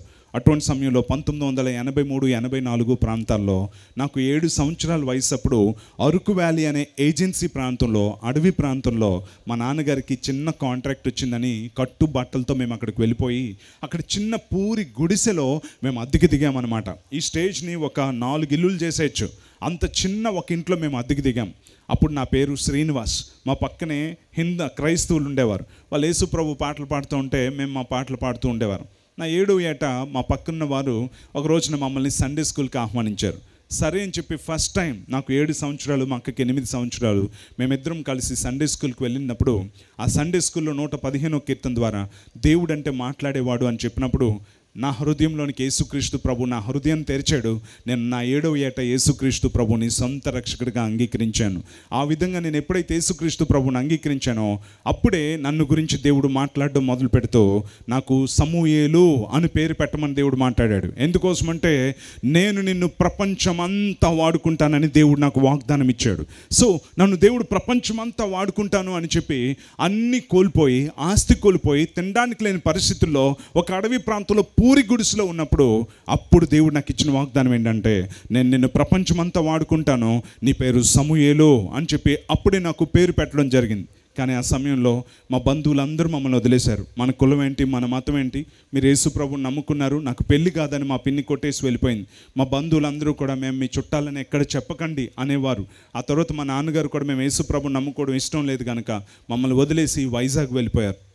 వైజాగ్ వెళ్ళిపోయి అక్కడ డబ్బులు సంపాదిస్తూ ఉండేవారు కానీ మాకు ఇచ్చేవారు కాదు. ఎందుకంటే యేసుక్రీస్తు ప్రభుని నమ్ముకున్నామని చెప్పి చాలా వేధిస్తూ ఉండేవారు. సో అరకు వ్యాలీలో వారం 5 రోజులు మాకు భోజనం ఉండేది కాదు, తినడానికి ఉండేది కాదు, నూకలు జావ తిని ఉండాల్సిన పరిస్థితులు వస్తూ ఉండేవి. సో కొన్ని నెలల్లో నుంచే దేవుని యొక్క ప్రేరణతో మేము మరలా వైజాగ్ వచ్చేసాం. వైజాగ్ వచ్చిన తర్వాత స్కూల్లో జాయిన్ అయినా సరే నాన్నగారు ఫీజు అది కట్టేవారు కాదు. చాలా అవమానకరంగా ఉంటూ ఉండేది. మంచి బట్టలు ఉండేవి కాదు, మంచి యూనిఫామ్ ఉండేది కాదు, మంచిగా చెప్పులు ఉండేవి కాదు, తినడానికి సరిగ్గా ఉండేది కాదు. స్కూల్లో టీచర్ కూడా మేము దండం పెట్టట్లేదని టీచర్ కూడా మమ్మల్ని కొట్టేస్తూ ఉండేది. అందుకని చాలా బాధతో, నిమ్మనతా భావంతో ఉండేవారు అనమాట. యేసయ్యని నమ్ముకున్న తర్వాత ఎన్ని కష్టాలు వచ్చాయి, ఎన్ని బాధలు వచ్చాయని ఎప్పుడు చూసినా ఏడుస్తూ ఉండేవారు. ఎవరో ఇచ్చినటువంటి బట్టలు వేసుకోవడం, చిరిగిపోయిన యూనిఫామ్ వేసుకోవడం, అందరూ మంచి క్యారేజ్ తెచ్చుకుంటే నాకు మంచి క్యారేజ్ లేకపోతే అందరితో కలిసి ఉండేవాడిని కాదు. అందరూ కలిసి ఒక దగ్గర కూర్చొని తింటే నేను ఒక్కడిని ఒక పక్కకు వెళ్ళిపోయి ఒక పక్కన కూర్చొని నా క్యారేజ్ నేను తింటూ ఉండేవాడిని. ఎందుకంటే నా క్యారేజ్లో ఏమి ఉండదు కాబట్టి వాళ్ళు చూస్తే నవ్వుతారు అని చెప్పి చాలా అవమానకరంగా ఉంటూ ఉండేది. ఏమి అన్నింట్లో కూడా వెనకబడి ఉండే పరిస్థితి ఉండేది. అటువంటి సమయంలో ఎవరో గ్లాస్కో సిల్క్ క్లాత్ ఇచ్చారు. అంటే తెలుసు కదా, ట్రాన్స్పరెంట్గా ఉంటుంది, లోపల బనియన్ వేసుకోకుండా అది వేసుకోకూడదు. కానీ నాకు లేదు కాబట్టి ఆ ట్రాన్స్పరెంట్ వైట్ క్లాతే వేసుకొని స్కూల్కి వెళ్ళిపోతే నా 8th క్లాస్లో మా టీచర్ నన్ను నిలబెట్టి అమ్మాయిల ముందు వీడు చూడండి లోపల బనియన్ వేసుకోకుండా వచ్చేసాడు అంటే అమ్మాయిలు అందరూ నవ్వారు. గుండె పగిలిపోయింది, చాలా ఏడ్చాను. నాకుంటే నేను వేసుకోనా అని చెప్పి ఆ అవమానాన్ని నేను తట్టుకోలేకపోయాను. అందుకని వీటన్నిటి మధ్యలో అందుకే నాకు భయము, సిగ్గు అనేది వచ్చింది. నేను ప్రారంభంలో చెప్పాను కదా, అందుకని నేను అందరికంటే గొప్పవాడిని కాదు, నాకు తెలివి లేదు, జ్ఞానం లేదు అని అనుకుంటూ నేను ఎవరికాసి చూసేవాడిని కాదు. ఎప్పుడు చూసినా తలదించుకొని ఇలాగే ఉండేవాడిని. ఎదురుగా ఒక వ్యక్తి ఉంటే ఆ వ్యక్తి మొహంలోనికి కూడా మొహం పెట్టి నేను చూడలేను. ఎవరైనా ఇంటికి వస్తే కిచెన్లో నుంచి మరలా బయటకు వెళ్ళిపోతూ ఉండేవాడిని. అటువంటి సమయంలో మా నాన్నగారు మధ్యరాత్రిలో బయటికి పంపించేస్తూ ఉండేవారు. బట్టలన్నీ చింపేసి, చిన్నప్పుడు ఫోటోలన్నీ చింపేసి బయటికి పంపించేసిన సందర్భాలు ఉన్నాయి. మేము చాలా చిన్నోళ్ళం. దగ్గరలో మేమున్న చర్చికి ఒక 4 కిలోమీటర్ల మధ్యరాత్రి వేళ వెళ్ళి పాస్టర్ అంకుల్ వారు తలుపు కొడితే వాళ్ళ అబ్బాయి వచ్చాడు. ఏం నాన్న ఏం జరిగిందంటే, మా డాడీ ఇలా పంపించేశారు అంటే కొత్త 5 రూపాయల కాగితాలు 5 ఇచ్చి మీ నాన్నగారి మీద పోలీస్ కంప్లైంట్ ఇచ్చేయండి, వెళ్ళిపోండి అని అక్కడి నుంచి బయటకు పంపించేశారు. అప్పటికి సండే స్కూల్ చర్చిలో జరుగుతుంది. దూర ప్రాంత పిల్లలు వచ్చి VBS కోసం అక్కడ పడుకొని ఉన్నారు. మేము కూడా రాత్రికి ఇక్కడ పడుకొని వెళ్ళిపోవచ్చు అంకుల్ అంటే, వద్దమ్మా ఇక్కడ పడుకోకూడదని చేతులతో ఇలా నడిపించుకుంటూ గేట్ వరకు పంపించి గేట్ వేశారు. చాలా ఏడుపు వచ్చింది. మేము వెళ్ళే చర్చ్ కదా, ఈ చర్చ్లో మేము పడుకుంటే ఏమవుతుంది, అంకుల్ కూడా మమ్మల్ని ఇలా పంపించేశారు ఏంటండి. చివరికి ఒక ఆంటీ మమ్మల్ని పిలిచి వారు అరుగు మీద పడుకునే అవకాశం ఇచ్చారు. ఒక అరుగుల మీద పడుకునే పరిస్థితి వచ్చింది. లేకపోతే ఒక్కోసారి ఇంట్లో కూడా పడుకుంటూ ఉండేవారు. వారు ఫ్రిడ్జ్లో ఉండే వాళ్ళు తింటే మిగిలింది ఇస్తే తింటూ ఉండేవారు. నాన్న మళ్ళీ ఎప్పుడో పిలిస్తే అక్కడికి వెళ్తూ ఉండేవారు. అలాంటి పరిస్థితుల్లో నన్ను చూసిన వారు అందరూ ఏమనేవారంటే, బాబు నీ పట్ల దేవుని చిత్తం ఏంటో తెలుసా, నువ్వు రాబో దినాల్లో గొప్ప సేవకుడు అవుతావు, దేవుడు నిన్ను ప్రపంచమంతా వాడుకుంటాడు, నువ్వు దేవుని సేవకుడు అవుతావునన్నా, నువ్వు ఉద్యోగం చేయునానా అనేవారు. అంటే నాకు కోపం వచ్చింది. అంకుల్ అలా అనకండి అంకుల్, నేను పెద్ద అయినాక విదేశాలు వెళ్ళిపోతాను, బోలెడని డబ్బులు సంపాదిస్తాను, బ్యాంకులో వేసుకుంటాను, 4-వీలర్ కొనుక్కుంటాను, అప్పుడు దేవుని సేవ చేస్తాను అని అంటూ ఉండేవాడిని. ఎందుకంటే నేను పడ్డ ఈ శ్రమలను బట్టి, ఈ కష్టాలను బట్టి అటువంటి బాధ వచ్చేసి నేను బాగా డబ్బులు సంపాదించి అప్పుడు దేవుని సేవ చేయాలి అని అనుకుంటూ ఉండేవాడిని. సో దేవుడికి నా పట్ల దేవుని చిత్తం ఏంటో దేవుడు నాకు ఆల్రెడీ వాగ్దానం ఇచ్చాడు, నేను నిన్ను ప్రపంచం అంతా వాడుకుంటాను. కానీ నేను ఇటువంటి పనులు చేస్తూ ఉండేవాడిని. అటువంటి విధంగానే నేను 10th క్లాస్ వరకు వచ్చాను. 10th క్లాస్లో మ్యాథ్స్ నాకు సరిగ్గా రాదని ట్యూషన్ పెడితే డాక్టర్స్ కాలనీలో ఒక అంకుల్ ఇంట్లో ఉండి నేను మ్యాథ్స్ చదువుకుంటూ ఉండేవాడిని. అంకుల్ ఇంట్లో నేను దివాన్ కాట్ మీద పడుకుంటే ఆ రోజు రాత్రి నేను 10th క్లాస్ చదువుతూ ఉన్నప్పుడు ఒక వాయిస్ నాకు వినబడింది మధ్యరాత్రిలో. అదేంటో తెలుసా? శామ్యూల్ 3 సార్లు అని వాయిస్ వినబడింది. ఎప్పుడైతే ఆ స్వరం వినబడిందో ఆ స్వరానికి దివాన్ కాట్ నుంచి గోడ గుద్దుకొని కింద పడిపోయాను. వెంటనే కళ్ళల్లో ఏర్పు, ఒళ్ళంతా చెమటలు పట్టేసి ఎవరు అని చీకట్లో అంటే, నా కుమారుడా సమూయేలు, నేను నిన్ను 3 సార్లు అభిషేకించాను, నువ్వు నా సేవ చేయాలి అని స్వరం నాకు చీకట్లో వినిపిస్తున్నాను. చాలా ఏడుపు వచ్చేసినాను. యేసయ్యా నేను తప్పకుండా నీ సేవ చేస్తాను, కానీ డబ్బులు సంపాదించి బ్యాంకులో వేసుకొని కారు కొనుక్కొని నీ సేవ చేస్తానని ఆ స్వరంతో నేను మాట్లాడాను. ఆ స్వరం ఆగిపోయింది. ఆ రోజు నుంచి నేను ఎలాగన్నా బాగా డబ్బులు సంపాదించాలి, నేను గొప్ప ధనవంతుడిని అవ్వాలి, నాకు దేవుడైతే ఇవ్వలేడు అన్న భ్రమలో నేనున్నాను. అందుకే నేను జాబ్ సంపాదించాలనుకున్నాను. 10th అయిపోయింది, ఇంటర్మీడియట్లో జాయిన్ అయిపోయాను. అలా జాయిన్ అవుతూనే ఉద్యోగ ప్రయత్నాల్లో ఉన్నప్పుడు ఒక అంకుల్ ఏమన్నాడంటే, అరే నువ్వు 3 రౌండ్లు పరిగెత్తావంటే నీకు నేవీలో జాబ్ వచ్చేలా చేస్తానరా అన్నాడు. ఇంకేంటి, నాకు మేనేజ్ చేసేవాడు ఉన్నాడని నేవీలో జాబ్ సంపాదించాలి అనుకున్నాను. ఆంధ్ర యూనివర్సిటీలో 3 రౌండ్లు పరిగెత్తాలి. సో దానికి 50 కేజీలు బరువు ఉండాలి, కానీ నేను 48 కేజీలే ఉన్నాను. ఎవడో చెప్పాడు, లీటర్ నీళ్ళు తాగి డజన్ అరటిపళ్ళు తింటే నువ్వు కూడా 50 కేజీలు అవుతావు అని చెప్పి. సో లీటర్ నీళ్ళు తాగేసి డజన్ అరటిపళ్ళు తినేసి నేను కూడా 50 కేజీలు అయిపోయాను. వచ్చేసి ఆంధ్ర యూనివర్సిటీలో కూర్చోబెట్టారు.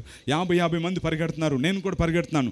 టైం ఎలా చూసి ఇలా అంటున్నారు, ఇలా అంటే సెలెక్ట్ అయినట్టే, ఎందుకంటే మేనేజ్ చేసేవాడు ఉన్నాడు. అందరూ వచ్చేస్తున్నారు, నేను కూడా వచ్చేస్తున్నాను. నా ముందు ఉన్నోడు కూడా ఇలాగ అన్నాడు, అంటే ఆడు సెలెక్ట్ అయ్యాడు. నేను కూడా వచ్చేసాను, నా ఒక్కడిని ఇలాగ అన్నాడు. ఏంటి దేవా ఇది? నా చిత్తానికి విరోధంగా రూపింపబడిన ఏ ఆయుధము వర్తిల్లదో నా జీవితంలో రాలా. చివరిగా జరిగినటువంటి సంఘటన ఏంటంటే, ఒక అంకుల్ టెలిఫోన్ డిపార్ట్మెంట్లో సెంట్రల్ గవర్నమెంట్ జాబ్లో నన్ను జాయిన్ చేశాడు. రేపే జాయినింగ్, చాలా సంతోషంగా ఉంది. నా దగ్గర ఉన్న బట్టలో ఒక మెరూన్ కలర్ షర్ట్ ఐరన్ వేసుకొని ప్రార్థన చేసుకుంటున్నాను. ప్రభువా నాకు ఉద్యోగం వచ్చిందని నువ్వు ఫీల్ అవ్వకో అని అంటున్నాను. దేవుడు ఫీల్ అవుతాడా నాకు ఉద్యోగం వచ్చిందని? అంటే నేను ఎంత దేవుడు నన్ను ఉద్యోగం ఇవ్వకూడదు అనుకున్నా, నేను ఏదో సాధించేసినట్లు, దేవుడు ఆపలేనప్పుడు లాపలేకపోయినట్లు నేను ఫీల్ అవుతున్నాను. కొన్ని రోజులే చేస్తాను ప్రభువా అనుకుంటూ వెళ్ళాను. వెళ్ళాక ఏమంటే, ఓ బాబు శామ్యూల్, నీకు ఈరోజు జాబ్ కదా, లోపలికి వెళ్ళామా అన్నారు. లోపలికి వెళ్తే నా టేబుల్ ఎక్కడ సార్ అని చూస్తే పెద్ద గోడౌన్ ఉంది. ఆ గోడౌన్లో ఎక్కడ టేబుల్ లేదు.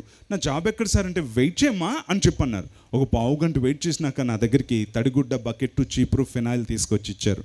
ఏంటండి అంటే, ఇదంతా వాత్తడమే నీ సెంట్రల్ గవర్నమెంట్ జాబ్ అని అన్నారు. ఈరోజు నేను నవ్వుతున్నాను, కానీ ఆ రోజు చాలా భయంకరంగా నేను ఏడ్చాను. అంటే అలా చేయడం తప్పని కాదు, నేను ఎప్పుడు చేయలేదు కాబట్టి నాకు ఏడుపు వచ్చేసింది. అప్పుడు దేవుడు అన్నాడు, నీ పట్ల నా చిత్తం ఏంటో తెలుసా? నేను నీకు ఆల్రెడీ వాగ్దానం ఇచ్చాను, నేను నిన్ను ప్రపంచమంతా వాడుకుంటాను, నువ్వు నా సేవకుడవు అని దేవుడు పిలిచాడు. అలా చెప్పినప్పుడు నేను అప్పుడు 1993 సంవత్సరంలో నా 17వ ఏట నేను ఇంటర్మీడియట్ చదువుతున్నప్పుడు దేవుని యొక్క సేవకు, సంపూర్తి సేవకు నేను సమర్పించుకున్నప్పుడు నేను అందరితో చెప్తూ ఉండేవాడిని, అంకుల్ దేవుడు నాకు వాగ్దానం ఇచ్చాడు, నన్ను దేవుడు సేవకుడిగా పిలుచుకున్నాడు, దేవుడు నన్ను ప్రపంచమంతా వాడుకుంటాడంట, దేవుడు నాకు వాగ్దానం ఇచ్చాడంటే నోరు మీరా అని చెప్పి ఒక్కొక్కరు ఇలా వేస్తూ ఉండేవారు. అటువంటి సమయంలో కొంతమంది సేవకులు అందరూ కలిపి ఆ డాక్టర్స్ కాలనీలో ఒక చిన్న మీటింగ్ పెట్టి నన్ను పిలిచారు. ఏంటమ్మా నువ్వు సేవకు వచ్చావంట అని చెప్పి అన్నారు. అవునండి, దేవుడు నన్ను పిలుచుకున్నాడండి, అందుకే నేను దేవుని సేవకు వచ్చాను, దేవుడు నాకు వాగ్దానం ఇచ్చాడండి, దేవుడు నన్ను ప్రపంచమంతా వాడుకుంటాడంటండి అని చెప్పంటే, అవునా, అసలు నీకు సేవ చేయడానికి అర్హత ఉందా? నువ్వు 17 సంవత్సరాల కుర్రోడివి, నీకు బాప్టిజం ఇవ్వడానికి అర్హత ఉందా? నీకు పెళ్ళి అయిందా? పెళ్ళి కూడా గాల, నీకు వాక్యం చెప్పడానికి అర్హత ఉందా?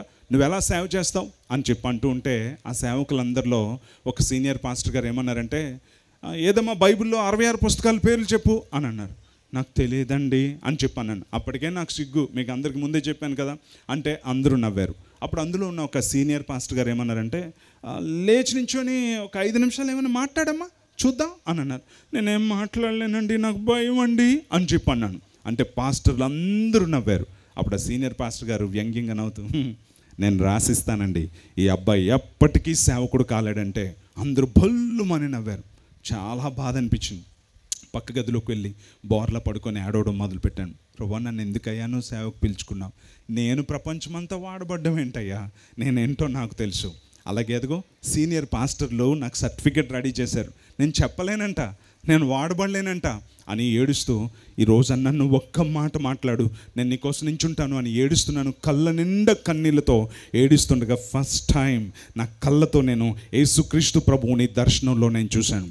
ఆ రోజు నా జుట్టు అంతా పండిపోయింది. ఆ విజన్లో పండిపోయి ఎత్తైన తార్ రోడ్డు మీద ఇలా ఊక్కుంటూ వెళ్తూ ఉంటే అంత ఎత్తున్న యేసుక్రీస్తు ప్రభు వచ్చి నన్ను ఇలా కౌగిలించుకొని, నా కుమారుడా, ముదిమి వచ్చు వరకు ఎత్తుకొని వాడను నేనే, తల వెంట్రుకలు నెరయ వరకు ఎత్తుకొనుచు నడిపించు వాడను నేనే, చూడుము నా అరచేతుల మీద నేను నిన్ను చెక్కుకొని ఉన్నాను, నీవు నా సొత్తు, నీవు నా సేవకుడవు అని దేవుడు మాట్లాడినప్పుడు ఆ రోజున లేచి నించున్నాను. ఎన్ని అవమానాలు వచ్చినా, ఇప్పటికే ఎన్నో శ్రమలు కష్టాలు పడ్డానయ్యా, అయినా సరే నువ్వు ఇచ్చిన వాగ్దానం, నన్ను ప్రపంచంలో నిలబెడతానన్నావు, వాగ్దానం నెరవేర్చబడడం కోసం నేను ఓర్చుకుంటానయ్యా అని చెప్పి ఆ విధంగా దేవుని యొక్క సేవలోనికి నేను వచ్చాను. వచ్చినప్పుడు మా నాన్నగారు అన్నారు, నువ్వు చర్చ్ పెట్టావు, ఆపుతావా లేదా, ఈ సేవ ఆపుతావా లేదా, లేదా నేను చచ్చిపోయి నువ్వు సేవ చేయకుండా చేస్తా, వైజాగ్లో ఉండకుండా చేస్తా అని మా నాన్నగారు అన్నారు. పరలోకపు తండ్రేమో నువ్వు నా సేవ చేయి, నేను దీవిస్తాను, కానీ ఈ లోకంలో తండ్రేమో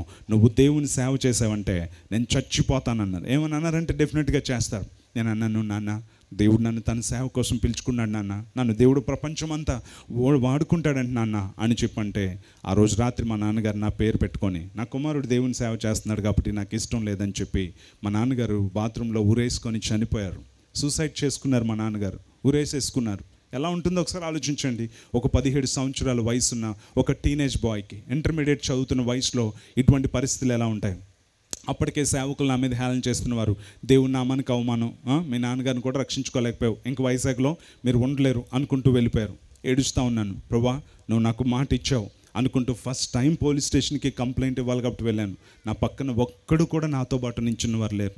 పోలీస్ స్టేషన్లో నించుంటే ఎస్ఐ గారు వచ్చి తలుపు డామ్ అని తన్నారు. 2 తలుపులలో ఓపెన్ అయిపోతే స్టాఫ్ అందరూ నించున్నారు. ఉదయం అంతా నేను టిఫిన్ చేయలేదని వాళ్ళ మీద కోప్పడతా ఉన్నాడు ఆయన. ఆ సమయంలో పక్కన నేనుంటే వీడెవడు అంటే, సార్ ఏదో సూసైడ్ కేసు నిన్ను అని ఇలా చేయెత్తాడు.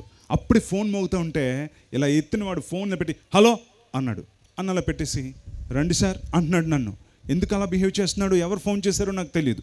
తన రెడ్ కలర్ కెనెటిక్ హోండా మీద ఇంటికి తీసుకొని వచ్చినప్పటికీ 100 మంది ప్రజలు వచ్చేసి, ఈ అబ్బాయి చాలా మంచోడు, చిన్నప్పటి నుండే అవమానాలు కష్టాలు అండి, ఎన్నో రకాలుగా ఇబ్బందులు పెట్టాడని అందరూ సాక్ష్యాలు చెప్పాడు. సాయంత్రం అయ్యేటప్పటికి బాడీని ఇచ్చేశారు. పోస్ట్ మార్టం నుంచి బరియల్ అయిపోయింది. ఆ ఎస్ఐ గారు వచ్చి అన్నారు, బాబు నువ్వు వరి అవ్వద్దు, మీ నాన్నగారిని నిరికించాలనుకున్నారు కానీ అసలు మీది ఏ తప్పు లేదని తెలియంది, మీ మీద ఏ కేసు లేదమ్మా అని చెప్పి ఆయన సింపుల్గా ఏ కేసు లేకుండా ఆయన వెళ్ళిపోయాడు. ఆ రోజున అందరూ అన్నారు నీ పని అయిపోయింది అని. కానీ దేవుడు ఏమన్నాడు తెలుసా, ఈరోజే నీ పని ప్రారంభమైంది అని చెప్పి అదే విశాఖపట్నంలో ఒక పాస్టర్గా దేవుడు నన్ను నిలబెట్టాడు. 17 ఏట నుంచి నేను 20 సంవత్సరాలకు వచ్చేటప్పటికి 400 మంది సంఘానికి నన్ను కాపరిగా నన్ను దేవుడు ఆశీర్వదించాడు. వైజాగ్లో 400 మంది నా సంఘంలో ఉండేవారు. అప్పుడు నా వయసు 20 సంవత్సరాలు. అలా దేవుడు అనేక రకాలుగా దీవించాడు. అలా దీవించిన సమయంలో 2001 సంవత్సరంలో నాకు మ్యారేజ్ అయింది. మ్యారేజ్ అయిన తర్వాత మరలా కొత్త శ్రమలు స్టార్ట్ అయ్యాయి. నెక్స్ట్ లెవెల్కి నేను వెళ్ళడం కోసం ఆ సమయంలో సంఘము ఆస్తి అంతా ఉన్నప్పుడు నా సొంత వారే అదంతా తీసుకోవాలని ఉద్దేశంతో ఉన్నప్పుడు దేవుడు నాతో మాట్లాడుతూ ఏమన్నాడంటే, నా కుమారుడా నువ్వు 7 వారాలు చర్చికి వెళ్తావు, నిన్ను వాక్యం చెప్పొద్దు అంటారు, నువ్వు సైలెంట్గా ఓర్చుకో. ఆ తర్వాత 7వ వారం నేను చర్చికి కూడా రావద్దంటారు, అయినా నువ్వు ఓర్చుకో, నేను నీకు ఇచ్చిన మాటను నెరవేరుస్తాను, నేను నిన్ను ప్రపంచమంతా వాడుకుంటాను అని చెప్పి దేవుడు అన్నాడు. సరే ప్రభు అని వాక్యం ప్రిపేర్ అవుతుంటే నాకు కబురు వచ్చింది, అన్నయ్య ఈ ఆదివారం నుంచి మీరు వాక్యం చెప్పొద్దు అన్నారు అని. సరేనమ్మా అని చెప్పి అలాగే ఓర్చుకున్నాను. చాలామంది సంఘ సభ్యులు వచ్చి, మీరు బాబు పాస్టర్ గారు దీని వ్యవస్థాపకులు, మీరు నించోవాలి అని అంటూ ఉండేవారు. లేదండి దేవుడు నన్ను ఓర్చుకోమన్నాడు, ఓర్చుకుంటే దేవుడు నాకు ఇచ్చిన వాగ్దానాన్ని ఇస్తాడని నేను స్థాపించిన సంఘంలో అందరితో పాటు కింద కూర్చొని వాక్యం వింటూ ఉండేవాడిని. అందరితో పాటు వరుసలో వెళ్ళి కానుకలు వేసేవాడిని. అందరితో పాటు కూర్చొని హోలీ కమ్యూనియన్ తీసుకుంటూ ఉండేవాడిని. చాలా అవమానకరంగా ఉండేది. 7వ వారం ఏమన్నారంటే, నువ్వు చర్చికి కూడా రావద్దు అని అన్నారు. అప్పుడు కూడా నేను మౌనంగా మానేసి చర్చికి మానేసి ఉండిపోయాను. ఏం చేయాలో నాకు తెలియదు, పైసా డబ్బులు లేవు, ఎక్కడ ఉండాలో తెలీదు, ఏం చేయాలో నాకు తెలియదు. చాలా అవమానకరమైన పరిస్థితుల్లో నేను ఉన్నాను. ఏ చర్చికని వెళ్తే ఈ పాస్టర్ గారు ఇక్కడికి వచ్చారేంటి అని అంటారు. అటువంటి సమయంలో ఏం చేయాలి తెలియని పరిస్థితిలో ఒక ఆంటీ గారు వచ్చేయమన్నారంటే, బాబు ఇక్కడున్న ఇంటికి మీకు 6 నెలలకి అద్దె కడతాను నేను, మీరు మీ భార్య ఇక్కడ ఉండొచ్చు అని చెప్పంటే, ఎదురుగా చర్చ్ ఎదురుగా ఉన్న ఒక చిన్న ఇంట్లో నేను నా భార్య అద్దెకి దిగాం. సో ఆ చర్చ్కి కనిపించాలంటే మా ఇంటి డోర్ తీసి కిటికీ తీస్తే ఆరాధన కనిపిస్తే ఇక్కడ మోకాళ్ళు వేసి ఏడుస్తూ ప్రార్థన చేస్తూ ఉండేవాడిని. అంతకుమించి చేయడానికి ఏది కూడా నా జీవితంలో లేదు. అదే సమయంలో నా భార్య క్యారింగ్, తనకి దేవుడు, తను ప్రెగ్నెంట్ కాబట్టి తనకి వాంతులు అయిపోతూ ఉండేవి. అలాగే అదే సమయంలో నాకు భయంకరంగా కిడ్నీలో స్టోన్స్ వచ్చేసి వాంతులు అయిపోయి కడుపు నొప్పి వచ్చి కూర్చోలేక నించోలేక పలకరించేవాడు లేక నలిగిపోతూ ఉండేవాడిని. ఎవ్వరు పట్టించుకునేవారు కాదు. అడిగేవాడిని మా ఇంట్లో వారిని, నాకు ఒక్క 1000 రూపాయలు నెలకిస్తారా అంటే, 1000 రూపాయలు ఇస్తే నెలంతా ఏ పాస్టర్ అన్న వాక్యం చెప్తాడరా అని చెప్పి ఒక 1000 రూపాయలు కూడా ఇవ్వడానికి ఇష్టపడలేని పరిస్థితి. అటువంటి సమయంలో నన్ను ప్రేమించిన ఒక అన్న ఇంట్లోకి కావాల్సిన దానికి 200, 300 అప్పుడప్పుడు ఇస్తూ ఉండేవాడు. నెహ్రూ బజార్ అని సెకండ్ హ్యాండ్ సామాన్లు అమ్మితే అక్కడి నుంచి 1-2 చిన్న కుర్చీ టేబుల్ తెచ్చుకొని ఇంట్లో పెట్టుకున్నాము. ఏం చేయాలో ఎక్కడికి వెళ్ళాలో తెలియదు. అటువంటి సమయంలో మేము కుళ్ళిపోయిన కూరగాయలు తింటున్నామని చెప్పి మేము మా బట్టలు మేమే ఉతుక్కుంటున్నామని మా మీద ఎగతాళి చేస్తూ ఉండేవారు. అప్పుడే మొట్టమొదటిసారి కన్నీటితో మొట్టమొదటి పాట రాశాను. కన్నీరు విడిచేవో సోదర, కళ్ళు విప్పి చూడు నీ ముందర, ఒంటరి వాణిగా చేశారా, నీ ఆకలి ఎగతాళి చేశారా, లేని మాటలు ఎన్నో చెప్పారా, నీ హృదయం అంతా గాయం చేశారా అన్న పాటతో నేను అప్పటి నుంచే పాటలు రాయడం మొదలుపెట్టాను. అక్కడి నుంచి దేవుడు నన్ను దీవిస్తామన్నాడు, కానీ నేను 2 సంవత్సరాలు ఓర్చుకోవాల్సి వచ్చింది. ఏ పరిచర్య లేదు, ఏం చేయాలో తెలీదు. అందరూ తక్కువ చేసి మాట్లాడుతూ ఉండేవారు. అప్పటి వరకు పాస్టర్ గారు అనేవారు, ఎందుకంటే ఒక 400 మంది సంఘానికి పాస్టర్ గారిని కాబట్టి. ఇప్పుడు పాస్టర్లు కూడా ఏంటి బాబు ఇప్పుడు ఏం లేదా అంటూ ఉండేవారు. చాలా అవమానంగా ఉండేది. ఎక్కడ వాక్యం చెప్పేదానికి లేదు, ఏమీ లేదు. 2 సంవత్సరాలు సైలెంట్ ఇయర్స్, సైలెంట్ టీయర్స్, ఈ 2 తప్ప నాకేం లేవు. దేవుని సందులో మోకరించి ప్రార్థన చేయడం, దేవుని యొక్క వాక్యం చదవడం, ధ్యానించడం తప్ప ఏమీ చేయలేనటువంటి పరిస్థితి. కరెక్ట్గా 2 సంవత్సరాలు అలాగే ఓర్చుకున్నాను. ఎన్నో అవమానాలు పడ్డాను. అలా ఓర్చుకున్న తర్వాత 2 సంవత్సరాల తర్వాత దేవుడు ఏమన్నాడు తెలుసా, ఇప్పుడు నువ్వు వైజాగ్లో చర్చ్ స్టార్ట్ చేయి అని దేవుడు మాట్లాడాడు. ఓర్చుకున్న తర్వాత అప్పుడు చర్చ్ స్టార్ట్ చేయమన్నారు కదండి. నా కూతురు శ్రేష్టకి ఇంకా ఫస్ట్ బర్త్డే కాల. సో మంత్స్ బేబీ ఒకరింట్లో ఉంచి వ్యాన్లో సామాన్లు ఉన్నాయి. చిన్నగా వర్షం పడుతుంటే వైజాగ్ అంతా ఇంటి కోసం ఎవరైనా అద్దెకిస్తారని వెతికితే ఎవ్వరూ మాకు అద్దెకి ఇవ్వట్లేదు. ఒకరోజు అంతా తిరిగి సాయంత్రం అయిపోయింది. కృష్ణా కాలేజ్ దగ్గరలో 2nd ఫ్లోర్లో ఒక టూలెట్ బోర్డ్ చూశాను. చూసి నా భార్యతో అన్నాను, అరే సుష్మిత, ఇదే ఫైనల్, ఈ రాత్రి మనము ఆవిడని అడుగుతాను. నేను ఏమని అడుగుతానంటే, అమ్మ నేను పాస్టర్ గారిని టూలెట్ బోర్డు చూశాను, మీ ఇల్లు ఇస్తే మీ ఇంట్లో ఉంటూ మీ ఇంట్లోనే చర్చ్ పెట్టుకుంటాను అని అడుగుతాను. ఆమె ఇస్తే ఉందాం, లేదా ఎవ్వరికీ తెలియని చోటుకి మనం వెళ్ళిపోదాంరా అన్నాను. ఓకేనండి అని చెప్పి తను కూడా ఓకే చేసింది. సో ఫోన్ చేసి, హలో అమ్మ, టూలెట్ బోర్డు చూశాను, నేను పాస్టర్ గారిని, మీ ఇల్లు అద్దెకిస్తే కనుక అక్కడే నేను ఉంటూ చర్చ్ పెట్టుకుంటానమ్మా అన్నాను. అంటే మేము ముస్లిమ్స్ అండి, మీకు ఎలా ఇస్తామండి అనింది. అయిపోయిందిరా బాబు అని అనుకుంటే, అయినా చూస్తూ ఉండండి ఇప్పుడే వస్తాను అనింది. సరే అని చెప్పి పైకి వెళ్ళి నేను నా భార్య ఇల్లంతా చూస్తూ ఉన్నాం. చిన్న అగ్గిపెట్టిలా ముద్దుగా ఉంది, చిన్న ఇల్లు ఇస్తే బాగున్ను. మనం చక్కగా ఇక్కడ అందరూ ఇరికించిన బెడ్రూమ్స్లో, హాల్లో, అన్ని చోట్ల ఇరికించిన ఒక 17 మంది వరకు పడతారు, మనం ఇంట్లో ఉండొచ్చు అని చెప్పి అనుకుంటూ ఒక కబోర్డ్ ఇలా ఓపెన్ చేశాను. ఆ కబోర్డ్ ఓపెన్ చేస్తే అక్కడ ప్రపంచ ప్రఖ్యాతిగాంచిన గ్రేట్ ఎవాంజలిస్ట్ డాక్టర్ రైన్హార్డ్ బొంకే పుస్తకాలు అందులో ఉన్నాయి. ఏంటి ఇంత గొప్ప దైవజన పుస్తకాలు ఇక్కడున్నాయి అని చెప్పంటే వెనక నుంచి ఆమె వచ్చింది, వందనాలు పాస్టర్ గారు అనింది. అమ్మ మీరు ముస్లిం అన్నారు, ఈ వందనాలు ఏంటి, ఈ దైవజన పుస్తకాలు ఏంటి అంటే, నేను నిజంగానే ముస్లింనే, కానీ 23 సంవత్సరాల క్రితం నాకు బిడ్డ కావాలి అని చెప్పి నేను ప్రార్థన కోసం యేసుక్రీస్తు ప్రభువుని అడిగితే దేవుడు నాకు ఒక మగబిడ్డనిచ్చాడు. 23 సంవత్సరాల క్రితమే నేను యేసు ప్రభువుని నమ్ముకున్నాను. మా ఇంట్లో చర్చ్ పెట్టుకుంటానంటే ఎందుకు వద్దంటానయ్యా, చక్కగా పెట్టుకోండి అని చెప్పండి. ఆ విధంగా Samuel కర్మోజీ international ministries miracle centre కేవలం 17 మందితో, నా కూతురు శ్రేష్ఠ మంత్స్ బేబీతో కలిపి 17 మందితో వైజాగ్లో మిరాకల్ సెంటర్ ప్రారంభించబడింది. దేవుడు ఆశీర్వదించడం మొదలుపెట్టాడు. ఫస్ట్ ఎయిర్ కండిషన్ చర్చ్ వైజాగ్లో పెట్టడానికి దేవుడు నాకు కృపను అనుగ్రహించాడు. నన్ను చిన్నప్పుడు ఏ అరుగుల మీద అయితే నేను పడుకున్నానో అదే రోడ్లో ఫస్ట్ ఏసీ చర్చ్ పెట్టడానికి దేవుడు కృపను అనుగ్రహించాడు. ఆ రోడ్లోనే సీఎం అయినా, పిఎం అయినా, క్రికెట్ ప్లేయర్స్ అయినా మిరాకల్ సెంటర్ ముందు నుంచి వెళ్తారు. దేవుడు ఇంకొక ద్వారం తెరిచాడు. ఆ వెనకాతలో ఇంకొక మిరాకిల్ సెంటర్ పెట్టడానికి దేవుడు కృపనిచ్చాడు. తర్వాత ఇంకొకటి పెట్టడానికి దేవుడు కృపనిచ్చాడు. అలా దేవుడు పరిచర్యను విస్తరింప చేయడం మొదలుపెట్టాడు. దేవుడు తన వాగ్దానాన్ని నెరవేర్చడం మొదలుపెట్టాడు. అంతర్జాతీయంగా వాడుకోవడం మొదలుపెట్టాడు. అలా వాడుకుంటూ ఈ రోజున వైజాగ్లోనే అతి పెద్ద సంఘం ఏంటో తెలుసా? Miracle centre. 7,000 మంది సభ్యులతో ఈ రోజున దేవుడు అతి పెద్ద సంఘానికి నన్ను కాపరిగా వైజాగ్లో నిలబెట్టాడు. బిగ్గరగా చప్పట్లు కూడా దేవుని నామమును మహిమపరుస్తామా? హల్లెలూయా. ఈ రోజున 7,000 మంది సభ్యులుగా దేవుడు నాకు సంఘాన్ని ఇచ్చాడు. నన్ను నమ్మి 17 మందితో స్టార్ట్ చేసాము 2003వ సంవత్సరంలో. కానీ ఈ రోజుకి వచ్చేటప్పటికి 7,000 మంది, అతి పెద్ద సంఘం. ఈ రోజున వైజాగ్ దగ్గరలో 10,000 మంది ఒకే ఆరాధనలో కూర్చొని ఆరాధించే air conditioned ultra modern church అక్కడ ఇప్పుడు నిర్మాణం జరుగుతూ ఉంది. అంతేకాదు 146 దేశాలకి పరోక్షంగా, 22 దేశాలకి ప్రత్యక్షంగా నేను వెళ్ళి సువార్తను ప్రకటించే, వాక్యం ప్రకటించే భాగ్యాన్ని దేవుడు నాకు అనుగ్రహించాడు. తెలుగులో, ఇంగ్లీష్లో అనేకమైన పుస్తకాలు రాయడానికి దేవుడు కృపను అనుగ్రహించాడు. కన్నీరేలమ్మా, కరుణించి యేసు నిన్ను విడువబోడమ్మా, నీవు లేని రోజు అసలు రోజే కాదయ్యా లాంటి 80 పాటలు నేను రాయడానికి దేవుడు నాకు కృపను అనుగ్రహించాడు. ప్రపంచమంతా దేవుడు నన్ను, నా కుటుంబాన్ని ఈ రోజును వాడుకుంటూ దేవుడు నాకు ఇచ్చిన వాగ్దానాన్ని నెరవేరుస్తూ ఉన్నాడు. ఆయనకే మహిమ కలుగును గాక. బిగ్గరగా చప్పట్లు కొడదామా? హల్లెలూయా. ఎస్. సో ఈరోజు నేను చెప్తుంది ప్రాక్టికల్గా మీకు నా అనుభవాన్ని పంచుకుంటున్నాను. ఓర్చుకుంటే ఏం జరుగుతుంది అంటే దేవుడిచ్చిన వాగ్దానం నెరవేర్చబడుతుంది. దేవుడిచ్చిన వాగ్దానం నెరవేర్చబడుతుంది. అందుకే అబ్రహాముని గురించి ఏముందో తెలుసా? అతడు ఆ మాట నమ్మి ఓర్పుతో సహించి వాగ్దాన ఫలము పొందెను. ఎందుకు ఈ రోజున మన గెలుపు కావాలి అంటే, మనము గెలవాలంటే మనకు ఓర్పు అవసరమో తెలుసా? ఎందుకోసమే? దేవుడు నీకు ఇచ్చినటువంటి అత్యున్నతమైన వాగ్దానం నీ జీవితంలో నెరవేర్చబడాలంటే నీకేం అవసరం అంటే ఓర్పు అవసరమని దేవుని యొక్క వాక్యం చెప్తాం. అందుకే అనేక మంది జీవితాల్లో ఈ రోజుల్లో వాగ్దానము నెరవేర్చబడలేని పరిస్థితులు ఉండడానికి గల కారణం ఏంటంటే ఓర్పు అనేది అనేక మంది జీవితంలో లేకపోవడం అనేది మనం చూస్తున్నాం. సో ఓర్చుకుంటే దేవుడు మనకిచ్చిన వాగ్దానాన్ని నెరవేరుస్తాడు. రంగురంగుల అంగి వేసుకున్నటువంటి ఒక చిన్నోడు, ఒక టీనేజ్ బాయ్ యోసేపు ఒక రోజున అన్నయ్యల దగ్గరికి వచ్చి గంతులు వేసుకుంటూ వచ్చాడు. అన్నయ్యలారా, దేవుడు నాకు ఒక వాగ్దానం ఇచ్చాడు, నాకు కళల ద్వారా చెప్పాడు, నేను విఐపీని అయిపోతానంట, అందరూ నాకు నమస్కారం పెడతారంట అని చెప్పి అన్నాడు. అంటే అన్నయ్యలకు కోపం వచ్చింది. వీడి చూడరా, వీడికి మనందరం నమస్కారం పెడతామంట, వీడంట స్టార్ అయిపోతాడంట అని చెప్పి అన్నయ్యలు పగబట్టిరి, మరింత పగబట్టిరి అను.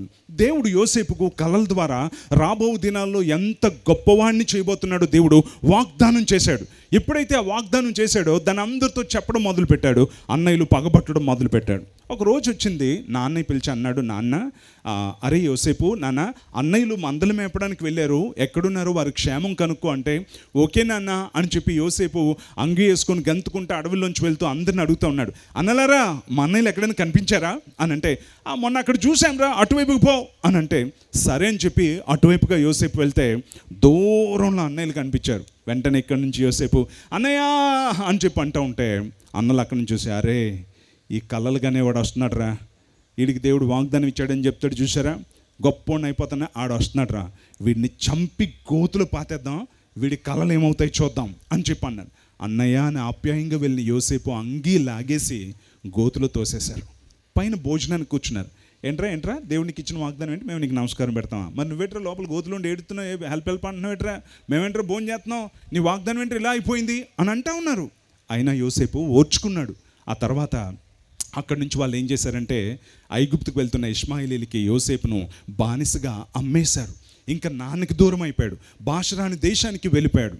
అక్కడికి వెళ్ళిన తర్వాత యోసేపు పోతీఫర్ ఇంట్లో నమ్మకంగా పని చేసుకుంటూ ఉంటే పోతీఫర్ ఇంట్లో ఆ వానరమ్మ గారు యోసేపు మీద కన్నేసి నాతో పడుకో, నాతో సైనించు అని చెప్పి పాపం చేయడానికి ప్రేరేపిస్తూ ఉంటే యోసేపు అన్నాడు, తప్పు మేడం, నేను అటువంటి పనులు చేయకూడదు మేడం, నాకు దేవుడు, నేను నా దేవుని విరోధంగా ఇటువంటి పాపం చేయకూడదు మేడం, అయినా సార్ మిమ్మల్ని నాకు అప్పగించలేదు మేడం, తప్పు మేడం అని అంటుంటే ప్రతిరోజు సతాయిస్తూనే ఉంది, నాతో పడుకో, నాతో సైనించు అంటూ ఉంది. అయినా తప్పు మేడం అని దూరం వెళ్తూ ఉంటే ఎవరు లేని ఒక రోజున యోసేపును ఏ విధంగానైనా సరే బలవంతంగా వశపరుచుకోవాలనుకొని యోసేపు అంగి పట్టుకుంటే అంగి వదిలేసి బయటకు పారిపోయాడు.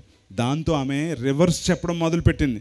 మంచోడు అన్నావు యోసేపు, ఏమయ్యా చూడు అని భర్తతో ఏమని చెప్పిందంటే, నువ్వు లేనప్పుడు నన్ను పాడు చేయబోయాడు అని అంటే ఆ భర్తకు కోపం వచ్చి రాజఖైదీల్ని వేసేటువంటి చెరసాల్లో యోసేపును వేసేశారు. అక్కడ 2 సంవత్సరాలు యోసేపు అలాగే ఉండిపోయాడు.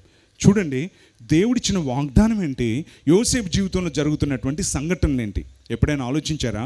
దేవుడు అన్నాడు, నిన్ను రాజుని చేస్తా, అందరూ వంగి నమస్కారం చేసే స్థానంలో ఉంచుతా అన్నాడు.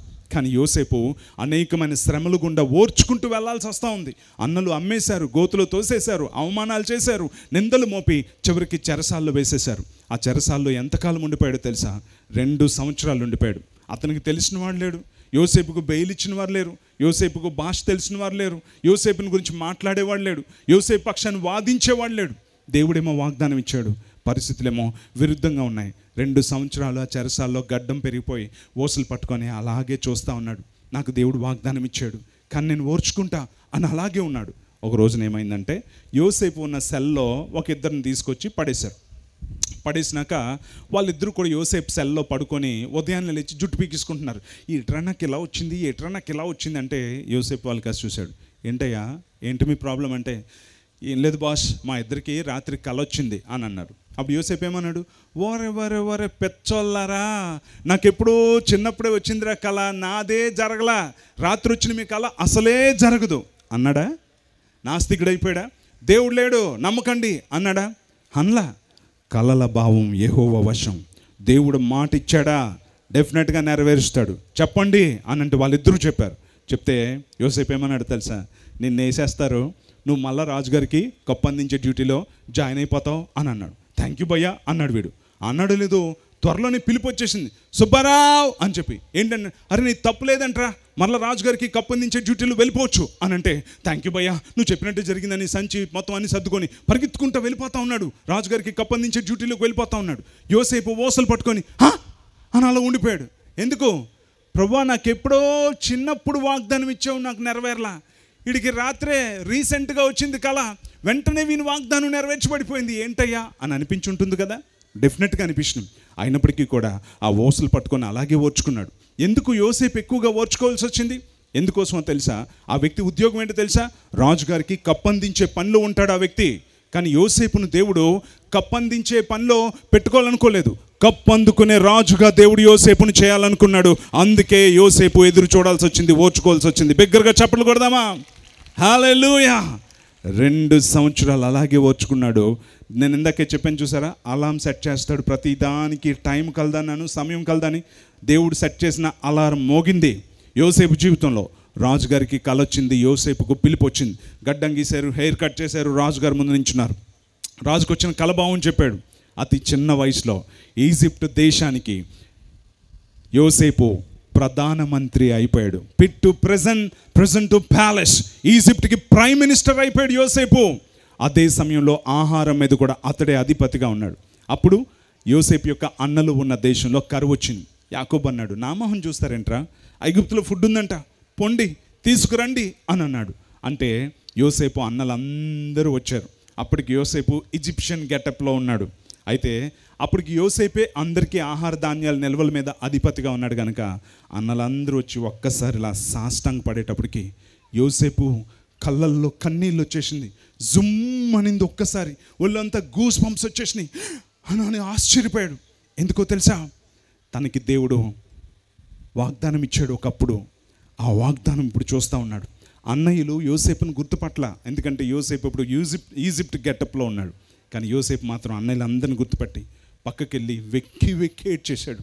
ఎంత గొప్ప దేవుడు అయ్యా, నేను ఓర్చుకున్నందుకు నువ్వు ఇచ్చిన వాగ్దానం నాకు నెరవేర్చావయ్యా అని చెప్పి దేవుణ్ణి ఎంతగానో స్తుతించి మేలు కొరకే ఇవన్నీ ఉద్దేశించావని అన్నయ్యలందరినీ కూడా సంరక్షించాడు.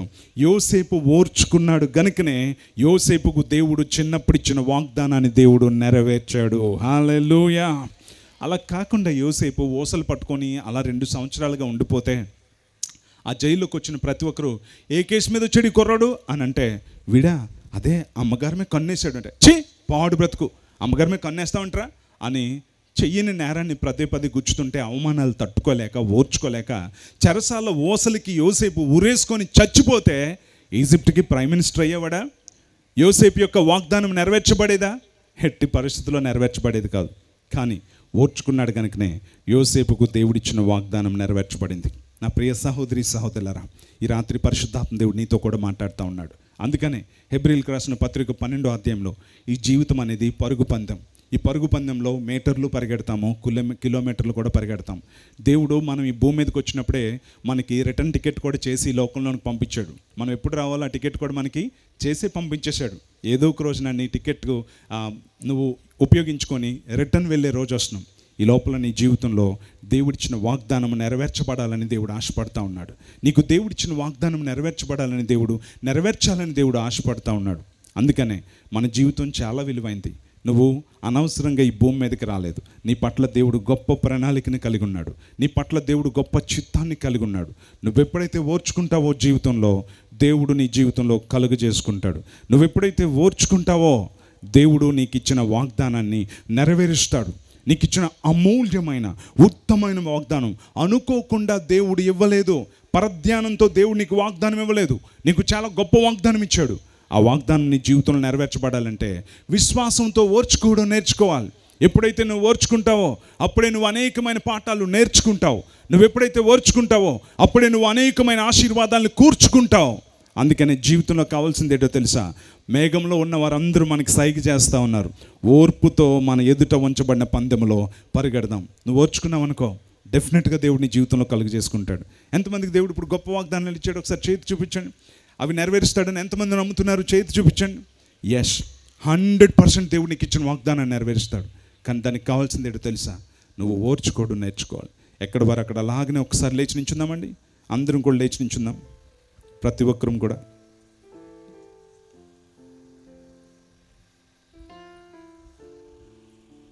అందరం నేర్చుకుందాం. అందరం లేచి నించుందాం.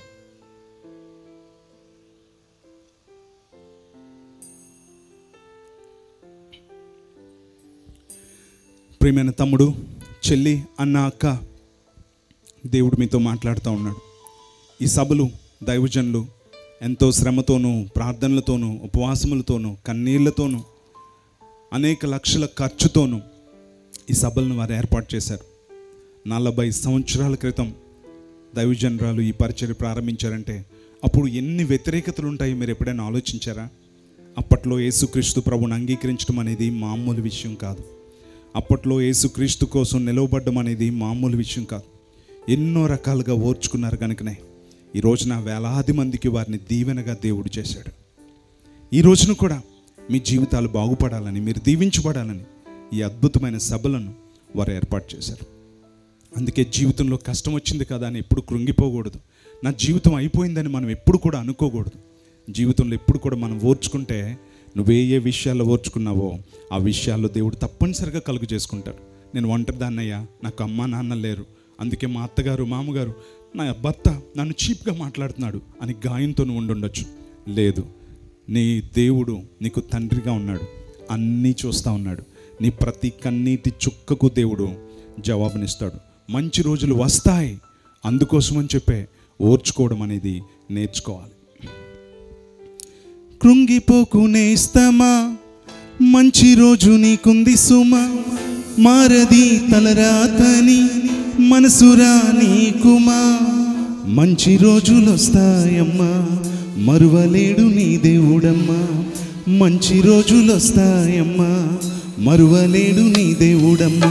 ప్రాణమిచ్చి నిన్ను కొన్నాడమ్మా, తన ప్రాణమిచ్చి నిన్ను కొన్నాడమ్మా. కృంగిపోకు నేస్తమా, మంచి రోజు నీకుంది సుమా, మారది తలరాతని మనసురా నీకుమా.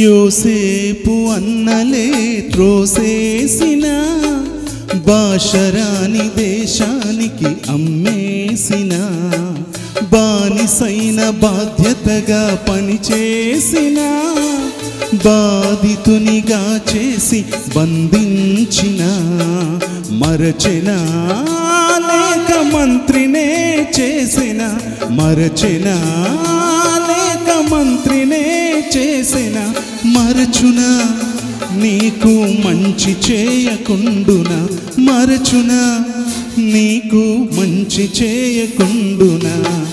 కృంగిపోకు కృంగిపోకు కృంగిపోకు నేస్తమా, మంచి రోజు నీకుంది సుమా, మారది తలరాతని మనసురా నీకుమా.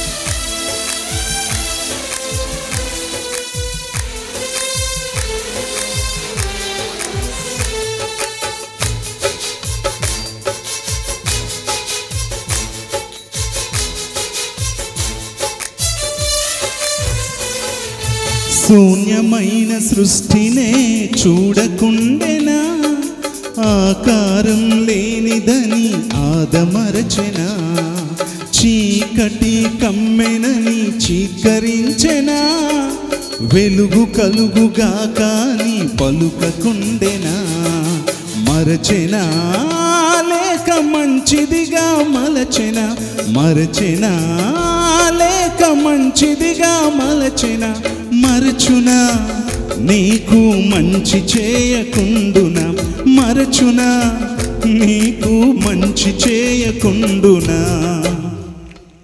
కృంగిపోకు కృంగిపోకు కృంగిపోకు నేస్తమా, మంచి రోజు నీకుంది సుమా, మారది తలరాతని మనసురా నీకుమా. మంచి రోజులొస్తాయమ్మా, మరువలేడు నీ దేవుడమ్మా, మంచి రోజులొస్తాయమ్మా, మరువలేడు నీ దేవుడమ్మా. ప్రాణమిచ్చి నిన్ను కొన్నాడమ్మా, తన ప్రాణమిచ్చి నిన్ను కొన్నాడమ్మా. కృంగిపోకు నేస్తమా, మంచి రోజు నీకుంది సుమా, మారది తలరాతని మనసురా నీకుమా. ప్రియమైన సహోదరి సహోదరుడా, ఈ రాత్రి దేవుడు నీతో మాట్లాడుతున్నాడు. నీకు మంచి రోజులు రాబోతా ఉన్నాయి, అందుకే దేవుడు ఓర్చుకోబిడ్డ అంటున్నాడు. యోసేపు జీవితం గురించి విన్నారు కదా. అన్నలందరూ తోసేసిన, భాష రాని దేశానికి అమ్మేసిన, బాధితుడై అవమానాలు భరించి చెరసాల్లో వేయబడిన దేవుడు మర్చిపోయాడా లేక మంత్రిగా చేశాడా? వాగ్దానం నెరవేర్చాడు. దేవుడు మర్చిపోలేదు. ఆది కాండంలో శూన్యమైపోయిన సృష్టిని చూసి దేవుడు చిత్కరించుకున్నాడా లేకపోతే వెలుగు కలుగును గాక అన్నాడా? ఆకారం లేని దాన్ని దేవుడు మర్చిపోయాడా? సృష్టిని దేవుడు మర్చిపోలేదు. ఆకారం లేని దాన్ని మంచిదిగా మలచాడు. ఈ సృష్టిని ఇంత అద్భుతంగా మలచిన దేవుడు నీ జీవితాన్ని అద్భుతంగా మలచడానికి సిద్ధంగా ఉన్నాడు. నీ జీవితాన్ని అందమైందిగా చేయడానికి దేవుడు సిద్ధంగా ఉన్నాడు. యోసేపుని గురించి విన్నాం కదా. అతడే గనక ఓర్చుకోకపోతే, ఊసలకి ఊరేసుకొని చచ్చిపోయి ఉంటే వాగ్దానం నెరవేరేదా? ఐగుప్తుకి ప్రధానమంత్రి అయ్యేవాడా? అందుకే బిడ్డ, ఈ రాత్రి నువ్వు చావాలని అనేకసార్లు ప్రయత్నం చేసి ఉండొచ్చు. కానీ దేవుడి రాత్రి ఏమంటున్నాడు తెలుసా? నువ్వు చావవు, నువ్వు చావొద్దు, నేను నీకు ఇచ్చిన మాట నెరవేరుస్తాను, నేను నిన్ను గొప్ప చేస్తానని దేవుడు నీతో మాట్లాడుతున్నాడు. ఎన్నో అవమానాలతో, నిందలతో, ఆర్థిక ఇబ్బందులతో, ఆకలి బాధలతో కన్న బిడ్డల్ని కూడా కడుపు నిండా పెట్టుకోలేని పరిస్థితుల్లో, తిండి పెట్టలేని స్థితిలో ఏడుస్తూ ఇక్కడికి వచ్చావేమో. దేవుడు నీతో అంటున్నాడు, నీకు మంచి రోజులు వస్తాయమ్మా, నీ దేవుడు నిన్ను మర్చిపోలేడమ్మా అని చెప్పి దేవుడు నీతో మాట్లాడుతూ ఉన్నాడు. అందుకని రాత్రి దేవుడు నీతో మాట్లాడితే, అయ్యా ఎన్ని కష్టాలు వచ్చినా, ఎన్ని బాధలు వచ్చినా, ఈ జీవితం అనే పరుగు పందెంలో నీ చేతిలో చెయ్యేసి పరిగెడతానయ్యా, అలసిపోకుండా, విసిగిపోకుండా, ఓర్చుకుంటూ పరిగెడతానయ్యా. నీ చిత్తము నా జీవితంలో నెరవేర్చబడాలని నేను ఆశపడుతున్నాను. నా జీవితంలో నువ్వు కలుగు చేసుకుంటే చూడాలని నేను ఆశపడుతున్నాను. నీ వాగ్దానం నా జీవితంలో నెరవేర్చబడుతుందని నమ్ముతున్నాను అని మీరు అన్నట్లయితే మీ చేతి చూపించండి. మీకోసం ఒక ప్రార్థన చేస్తాను. మీలో అనేక మంది కన్నీరు కారుస్తూ ఉన్నారు. మీ కన్నీటిని పరిశుద్ధాత్మ దేవుడు చూస్తూ ఉన్నాడు. మీ ప్రతి కన్నీటి చుక్కకు త్వరలోనే దేవుడు జవాబు ఇవ్వబోతూ ఉన్నాడు. ప్రతి కన్నీటి చుక్క నీ చుట్టూ ఉండేవారికి హేళనగా ఉండొచ్చు, కానీ దేవునికి నీ కన్నీరు చాలా విలువైనది, చాలా విలువైనది. ఆయన నీ కన్నీళ్ళు తన బుడ్డిలో ఉంచుతాడంట, తన పుస్తకంలో రాస్తాడని వాక్యం చెప్తా ఉంది. చేతి ప్రభు వైపు చూపించండి. ప్రభువా, ఈ రోజు నుంచి ఎన్ని కష్టాలు వచ్చినా ఓర్చుకుంటానయ్యా, నువ్వు ఇచ్చిన వాగ్దానం నా జీవితంలో నెరవేర్చబడునుగా. కానీ దేవుడు మీతో మాట్లాడితే మీ చేతి చూపించండి. మన మధ్యన పరిశుద్ధాత్మ దేవుడు బలంగా సంచరిస్తూ ఉన్నాడు. మిమ్మల్ని అందరినీ ఆయన తాకుతూ ఉన్నాడు. అయ్యా, నేను ఇక్కడి నుంచి ఖాళీ చేతులతో ఈ గ్రౌండ్ నుంచి ఈ రాత్రి ఇక్కడి నుంచి వెళ్ళకూడదని దేవుని సందులో ప్రార్థన చేస్తూ చేతులు పైకెత్తండి. మీకోసం నేను ప్రార్థన చేస్తాను. Thank you Holy Spirit God. ప్రియ పరిశుద్ధాత్మ తండ్రి, మీరు మా మధ్యన సంచరిస్తున్నందుకు నీకు వందనాలు. ఇక్కడున్న ప్రతి బిడ్డతో మీరు మాట్లాడినందుకు నీకు వందనాలు. ఎన్నో బాధ తప్త హృదయాలు, కృంగిపోయిన బ్రతుకులు, రేపేం చేయాలో చేత కాని పరిస్థితుల్లో, దిక్కులేని పరిస్థితుల్లో, ఒంటరితనంలోనూ, అవమానంలోనూ, ఆకలి బాధల్లోనూ, ఏంటయ్యా మా బ్రతుకు మాకు అర్థం కావట్లేదు అనుకుంటూ వేలాది మంది ప్రజలు ఇక్కడ ఉంటూ ఉండగా వారితో నువ్వు మాట్లాడినందుకు నీకు వందనాలు. నేను మాట ఇచ్చి నెరవేరుస్తానని చెప్పినందుకు నీకు స్తోత్రాలు. ఎంతమంది ఇక్కడ చెయ్యెత్తి నీ వైపుకి చూపిస్తూ ఉన్నారో, ఇప్పుడే నీ పరిశుద్ధాత్మ శక్తితో వారిని తాకండి ప్రభువా. ఇప్పుడే నీ ప్రభావం వారిలోనికి ప్రవేశించునుగాక. ఇప్పుడే నీ శక్తి వారిని కమ్ముకొనుగాక. తండ్రి, నీ యొక్క ఆత్మ ద్వారా వారిని దర్శించండి. భారభరితమైన ఆత్మ వారిలో నుండి యేసు నామంలో తొలగిపోవునుగాక. Thank you Jesus. తండ్రి, నువ్వు ఇచ్చిన ప్రతి వాగ్దానం నెరవేర్చండి ప్రభా. ఇక్కడున్న వారిలో ఎంతమంది వారి కుటుంబాల్లో రక్షణ మారు మనసు లేదో వారికి సంపూర్తైన మారు మనసు దయచేయండి, రక్షణ దయచేయండి. కుటుంబం అంతా కలిసి స్వేచ్ఛగా నీ సన్నిధికి వచ్చే భాగ్యం దయచేయమని అడుగుతున్నాను. ఎంతమంది ఇక్కడ అనారోగ్యాలతో, దీర్ఘకాలిక రోగాలతో, ఎవరికి చెప్పుకోలేని సమస్యలతో బాధపడుతూ ఉన్నారు. గుడ్డితనంతో, మోగుతనంతో బాధపడుతూ ఉన్నారు. చెవిటితనంతో బాధపడుతున్నారు. వృద్ధాప్యపు సమస్యలతో బాధపడుతున్నారు. డిప్రెషన్తో బాధపడుతూ ఉన్నారు. సూసైడ్ స్పిరిట్తో బాధపడుతున్నారు. వారి మీద యేసు నామాన్ని ప్రకటిస్తున్నాం. నజరేయుడైన యేసు నామంలో ప్రతి శరీరంలో ప్రతి రోగము, ప్రతి మోగుతనము, చెవిటితనము, గుడ్డితనము, ప్రతి విధమైన సూసైడ్ స్పిరిట్ యేసు నామంలో విడిచి పొమ్మని ఆజ్ఞాపిస్తున్నాం. ఇప్పుడే నీ శక్తి వారిని తాకును. వృద్ధాప్యపు సమస్యల నుంచి విడిపించమని అడుగుతున్నాం తండ్రి. ఎంతమంది ఉద్యోగ ప్రయత్నాల్లో ఉన్నారు, వారికి మంచి జాబ్స్ దయచేయండి. ఎంతమంది competitive exams, group civils prepare అవుతున్నారు, వారికి 100% సక్సెస్ దయచేయండి. ప్రతి ఒక్కరూ ఉన్నత స్థానంలో నిలవబడినట్లు దీవించమని అడుగుతున్నాం. ఎంతమంది వివాహాల కొరకు ఎదురు చూస్తున్నారు, వారికి రాబో దినాల్లో ఘనమైన వివాహాలు జరగగలటకు సాయం చేయండి. ఎంతమంది గర్భఫలం కొరకు ఎదురు చూస్తున్నారు, యేసు నామంలో వారి గర్భం తెరవబడునుగాక. మరలా వచ్చే ఏటికి నాయన నీ సన్నిధిలో బిడ్డతో నించొని ఇక్కడ సాక్ష్యం చెప్పే కృప వారికి కలుగునుగాక. తండ్రి, నీకు స్తోత్రాలు చెల్లిస్తున్నాం. ఎంతమంది కుటుంబాల్లో ఆర్థికంగా ఇబ్బందులతో ఉన్నారు, వారికి స్థిరమైన ఆర్థిక ద్వారాలు తెరవండి. మంచి వ్యాపారాలు దయచేయండి. పెట్టుబడికి సమృద్ధి దయచేయండి. అప్పు బాధల నుంచి విడిపించండి. మిగులినట్లు ఆశీర్వదించండి. పెండింగ్ బిల్స్ అన్ని రిలీజ్ కాగలటకు సహాయం చేయండి. ఎంతమందికి సొంత గృహాలు లేవో, ట్రాన్స్పోర్టేషన్ లేదో, వారికి మంచి సొంత గృహాలు దయచేయండి. మంచి ట్రాన్స్పోర్టేషన్ వారికి దయచేయమని అడుగుతున్నాం. ఈ ప్రాంతంలో ఉన్నటువంటి రాజకీయ నాయకులను దీవించండి. వారికి శుభం కలుగునుగాక. నీ చిత్తానుసారమైన ప్రభుత్వాన్ని నిలవబెట్టమని అడుగుతున్నాం. ఈ ప్రాంతంలో ఉన్న ఉద్యోగస్తులను దీవించండి, అధికారులను దీవించండి, నాయకులను దీవించండి. ఈ ప్రాంతంలో రైతులను దీవించండి, పంట భూములను దీవించండి. మంచి వర్షాలు పడగలుగుటకు, మంచి పంటలు ఈ ప్రాంతంలో పండగలుగుటకు సాయించండి. ఈ ప్రాంతంలో ఆర్థికంగా అందరూ వృద్ధి చెందగలుగుటకు సాయించండి. ఈ ప్రాంతంలో దైవజనులను దీవించండి, సంఘములను దీవించండి. అతి పెద్ద సంఘములు కట్టబడును గాక. వేల మంది ప్రజలతో నింపబడును గాక. ప్రతి దైవజనుడు వర్ధిల్లుదురు గాక. మంచి సొంత గృహములు, వాహనములు వారికి కలుగును గాక. తండ్రి, నీకు స్తోత్రాలు చెల్లిస్తున్నాం. మరి ముఖ్యంగా ఈ యొక్క పరిచర్యలు జరిగిస్తున్నటువంటి తల్లి గారిని, వారి కుమారులను, ఇంటి యజమాని గారిని, నన్ను ఈ సంఘమును దీవించండి. వారిని నీ కృపలతో బలపరిచి రాబో దినాలు ఇంకా గొప్ప వాటిని చేపట్టే కృప దయచేయండి ప్రభువా. ఈ మైక్లో ఎంతమంది ఈ మాటలు విన్నారో వారందరి అంతరంగంలో నీ రక్షణ కార్యము జరుగునుగాక. అందరికీ శుభం కలుగునుగాక. నీకు మాత్రమే మహిమ కలుగునుగాక. సమస్త మహిమ, ఘనత, ప్రభావములు నీకే ఆరోపించుకుంటూ ఈ స్తుతి యాగాన్ని యేసు నామంలో మీకు సమర్పించుకుంటున్నాము తండ్రి. అందరూ చెప్దామా? Amen, amen, amen. Praise the lord. ఎంతమంది దీవించబడ్డారు? మీ చేతి చూపిస్తారా? మీ పక్కన వరకు షేక్ హ్యాండ్ ఇచ్చి చెప్పండి, ఐఎమ్ బ్లెస్డ్, నేను దీవించబడ్డానని చెప్పండి. What you say is what you get. అలాగే ఉండండి, ఎవరు కదలకండి దయచేసి. ఇంకొక 2 నిమిషాలు అలాగే ఉండండి. మరొకసారి నన్ను ఆహ్వానించిన దైవజనుల కుటుంబానికి ప్రత్యేకమైన వందనాలు, నా తోటి సేవకులందరికీ వందనాలు, అద్భుతమైన సంగీతం అందించిన తమ్ముళ్ళని బట్టి, సౌండ్ అండ్ మీడియా టీంని అందరిని బట్టి వందనాలు. మరి ముఖ్యంగా మీకు అందరికీ కూడా వందనాలు. నా గురించి, నా కుటుంబం గురించి ప్రార్థించేయండి. నేను, నా భార్య, నాకు 2 బిడ్డలు, Shreshta Karmoji and Joel Suhas. And Shreshta architecture చదువుతుంది 4th year, and Joel inter 1st year చదువుతూ ఉన్నాడు. వాళ్ళిద్దరూ కూడా అద్భుతమైన సంగీత పరిచర్యలోను, వాక్య పరిచర్యలోను, ప్రపంచవ్యాప్తంగా వారు కూడా అనేక దేశాల్లోనూ, అనేక రాష్ట్రాల్లో, ప్రాంతాల్లో దేవుని యొక్క వాక్యాన్ని చిన్న వయసులోనే వారు అందిస్తూ ఉన్నారు. సో మేము నలుగురం కూడా ప్రపంచంలో అనేక దేశాల్లో దేవుని యొక్క సువార్తను ప్రకటిస్తూ ఉన్నాం. సో మీకు గుర్తొచ్చినప్పుడల్లా మా గురించి, మా కుటుంబం గురించి మీరు అందరూ ప్రార్థన చేయాలని నేను కోరుకుంటున్నాను. ఎంతమంది ప్రార్థన చేస్తారు? మీ చేతి చూపిస్తారా? Thank you so much. మీ అందరి హస్తాలను దేవుడు చూశాడు. తప్పనిసరిగా మీరు ప్రార్థన చేయాలి. ఎందుకంటే మీరు ప్రార్థన చేస్తే 50-50 అనమాట. అంటే అర్థం ఏంటి? బిస్కెట్ ప్యాకెట్ కాదు. 50-50 అంటే ఏంటంటే, నేను ఎక్కడైనా సభలకు వెళ్ళినప్పుడు, మేము అక్కడ వాడబడుతున్నప్పుడు మీరు ఎప్పుడైతే ప్రార్థన చేస్తున్నారో, అయ్యా మా అన్నయ్య అక్కడ వాక్యం చెప్తా ఉన్నాడు, మా తమ్ముడు అక్కడ వాక్యం చెప్తా ఉన్నాడు, లేకపోతే మా అంకుల్ అక్కడ వాక్యం చెప్తా ఉన్నాడు, మా అబ్బాయి అక్కడ వాక్యం చెప్తున్నాడు అని మీరు భారంతో ప్రార్థన చేసినప్పుడు, అక్కడ ఎప్పుడైతే దేవుడు బలమైన కార్యాలు చేశాడో ఆ ఆశీర్వాదాల్లో 50% మీ అకౌంట్లో దేవుడు వేస్తాడు. అందుకని మీకు గుర్తొచ్చినప్పుడల్లా నా గురించి, నా కుటుంబం గురించి ప్రార్థన చేయడం మర్చిపోద్దు. అలాగనే ఈ రోజున దైవజనరాలు రాసినటువంటి అద్భుతమైన పుస్తకం, అనుభవాల్లో నుంచి రాసినటువంటి పుస్తకం, ప్రతి ఒక్కరి చేతిలో అది ఉండడం అనేది ఎంతో ఆశీర్వాదం.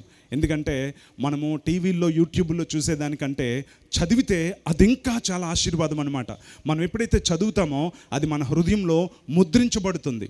అందుకని మనం చదవడం అనేది చాలా ఆశీర్వాదం. అందుకనే వారి అనుభవాల్లో నుంచి పరిశుద్ధాత్మ దేవుడు ఆ పుస్తకాన్ని రాయించాడు కనుక ప్రతి ఒక్కరి చేతిలో, ప్రతి ఇంట్లో ఆ పుస్తకం ఉండాలి. దాన్ని మీరు చదవాలి, చదివి దాన్ని మీ జీవితంలో మీరు అప్లై చేయాలని కూడా మీ అందరితో మరొకసారి మనవి చేస్తున్నాను. వెళ్తున్నప్పుడు తప్పనిసరిగా అందరూ ఆ పుస్తకాన్ని కొనుక్కొని, తీసుకొని వెళ్ళాలని మీ అందరికీ తెలియజేస్తున్నాను. వన్స్ అగైన్ మీకు అందరికీ వందనాలు. Thank you so much. అలాగే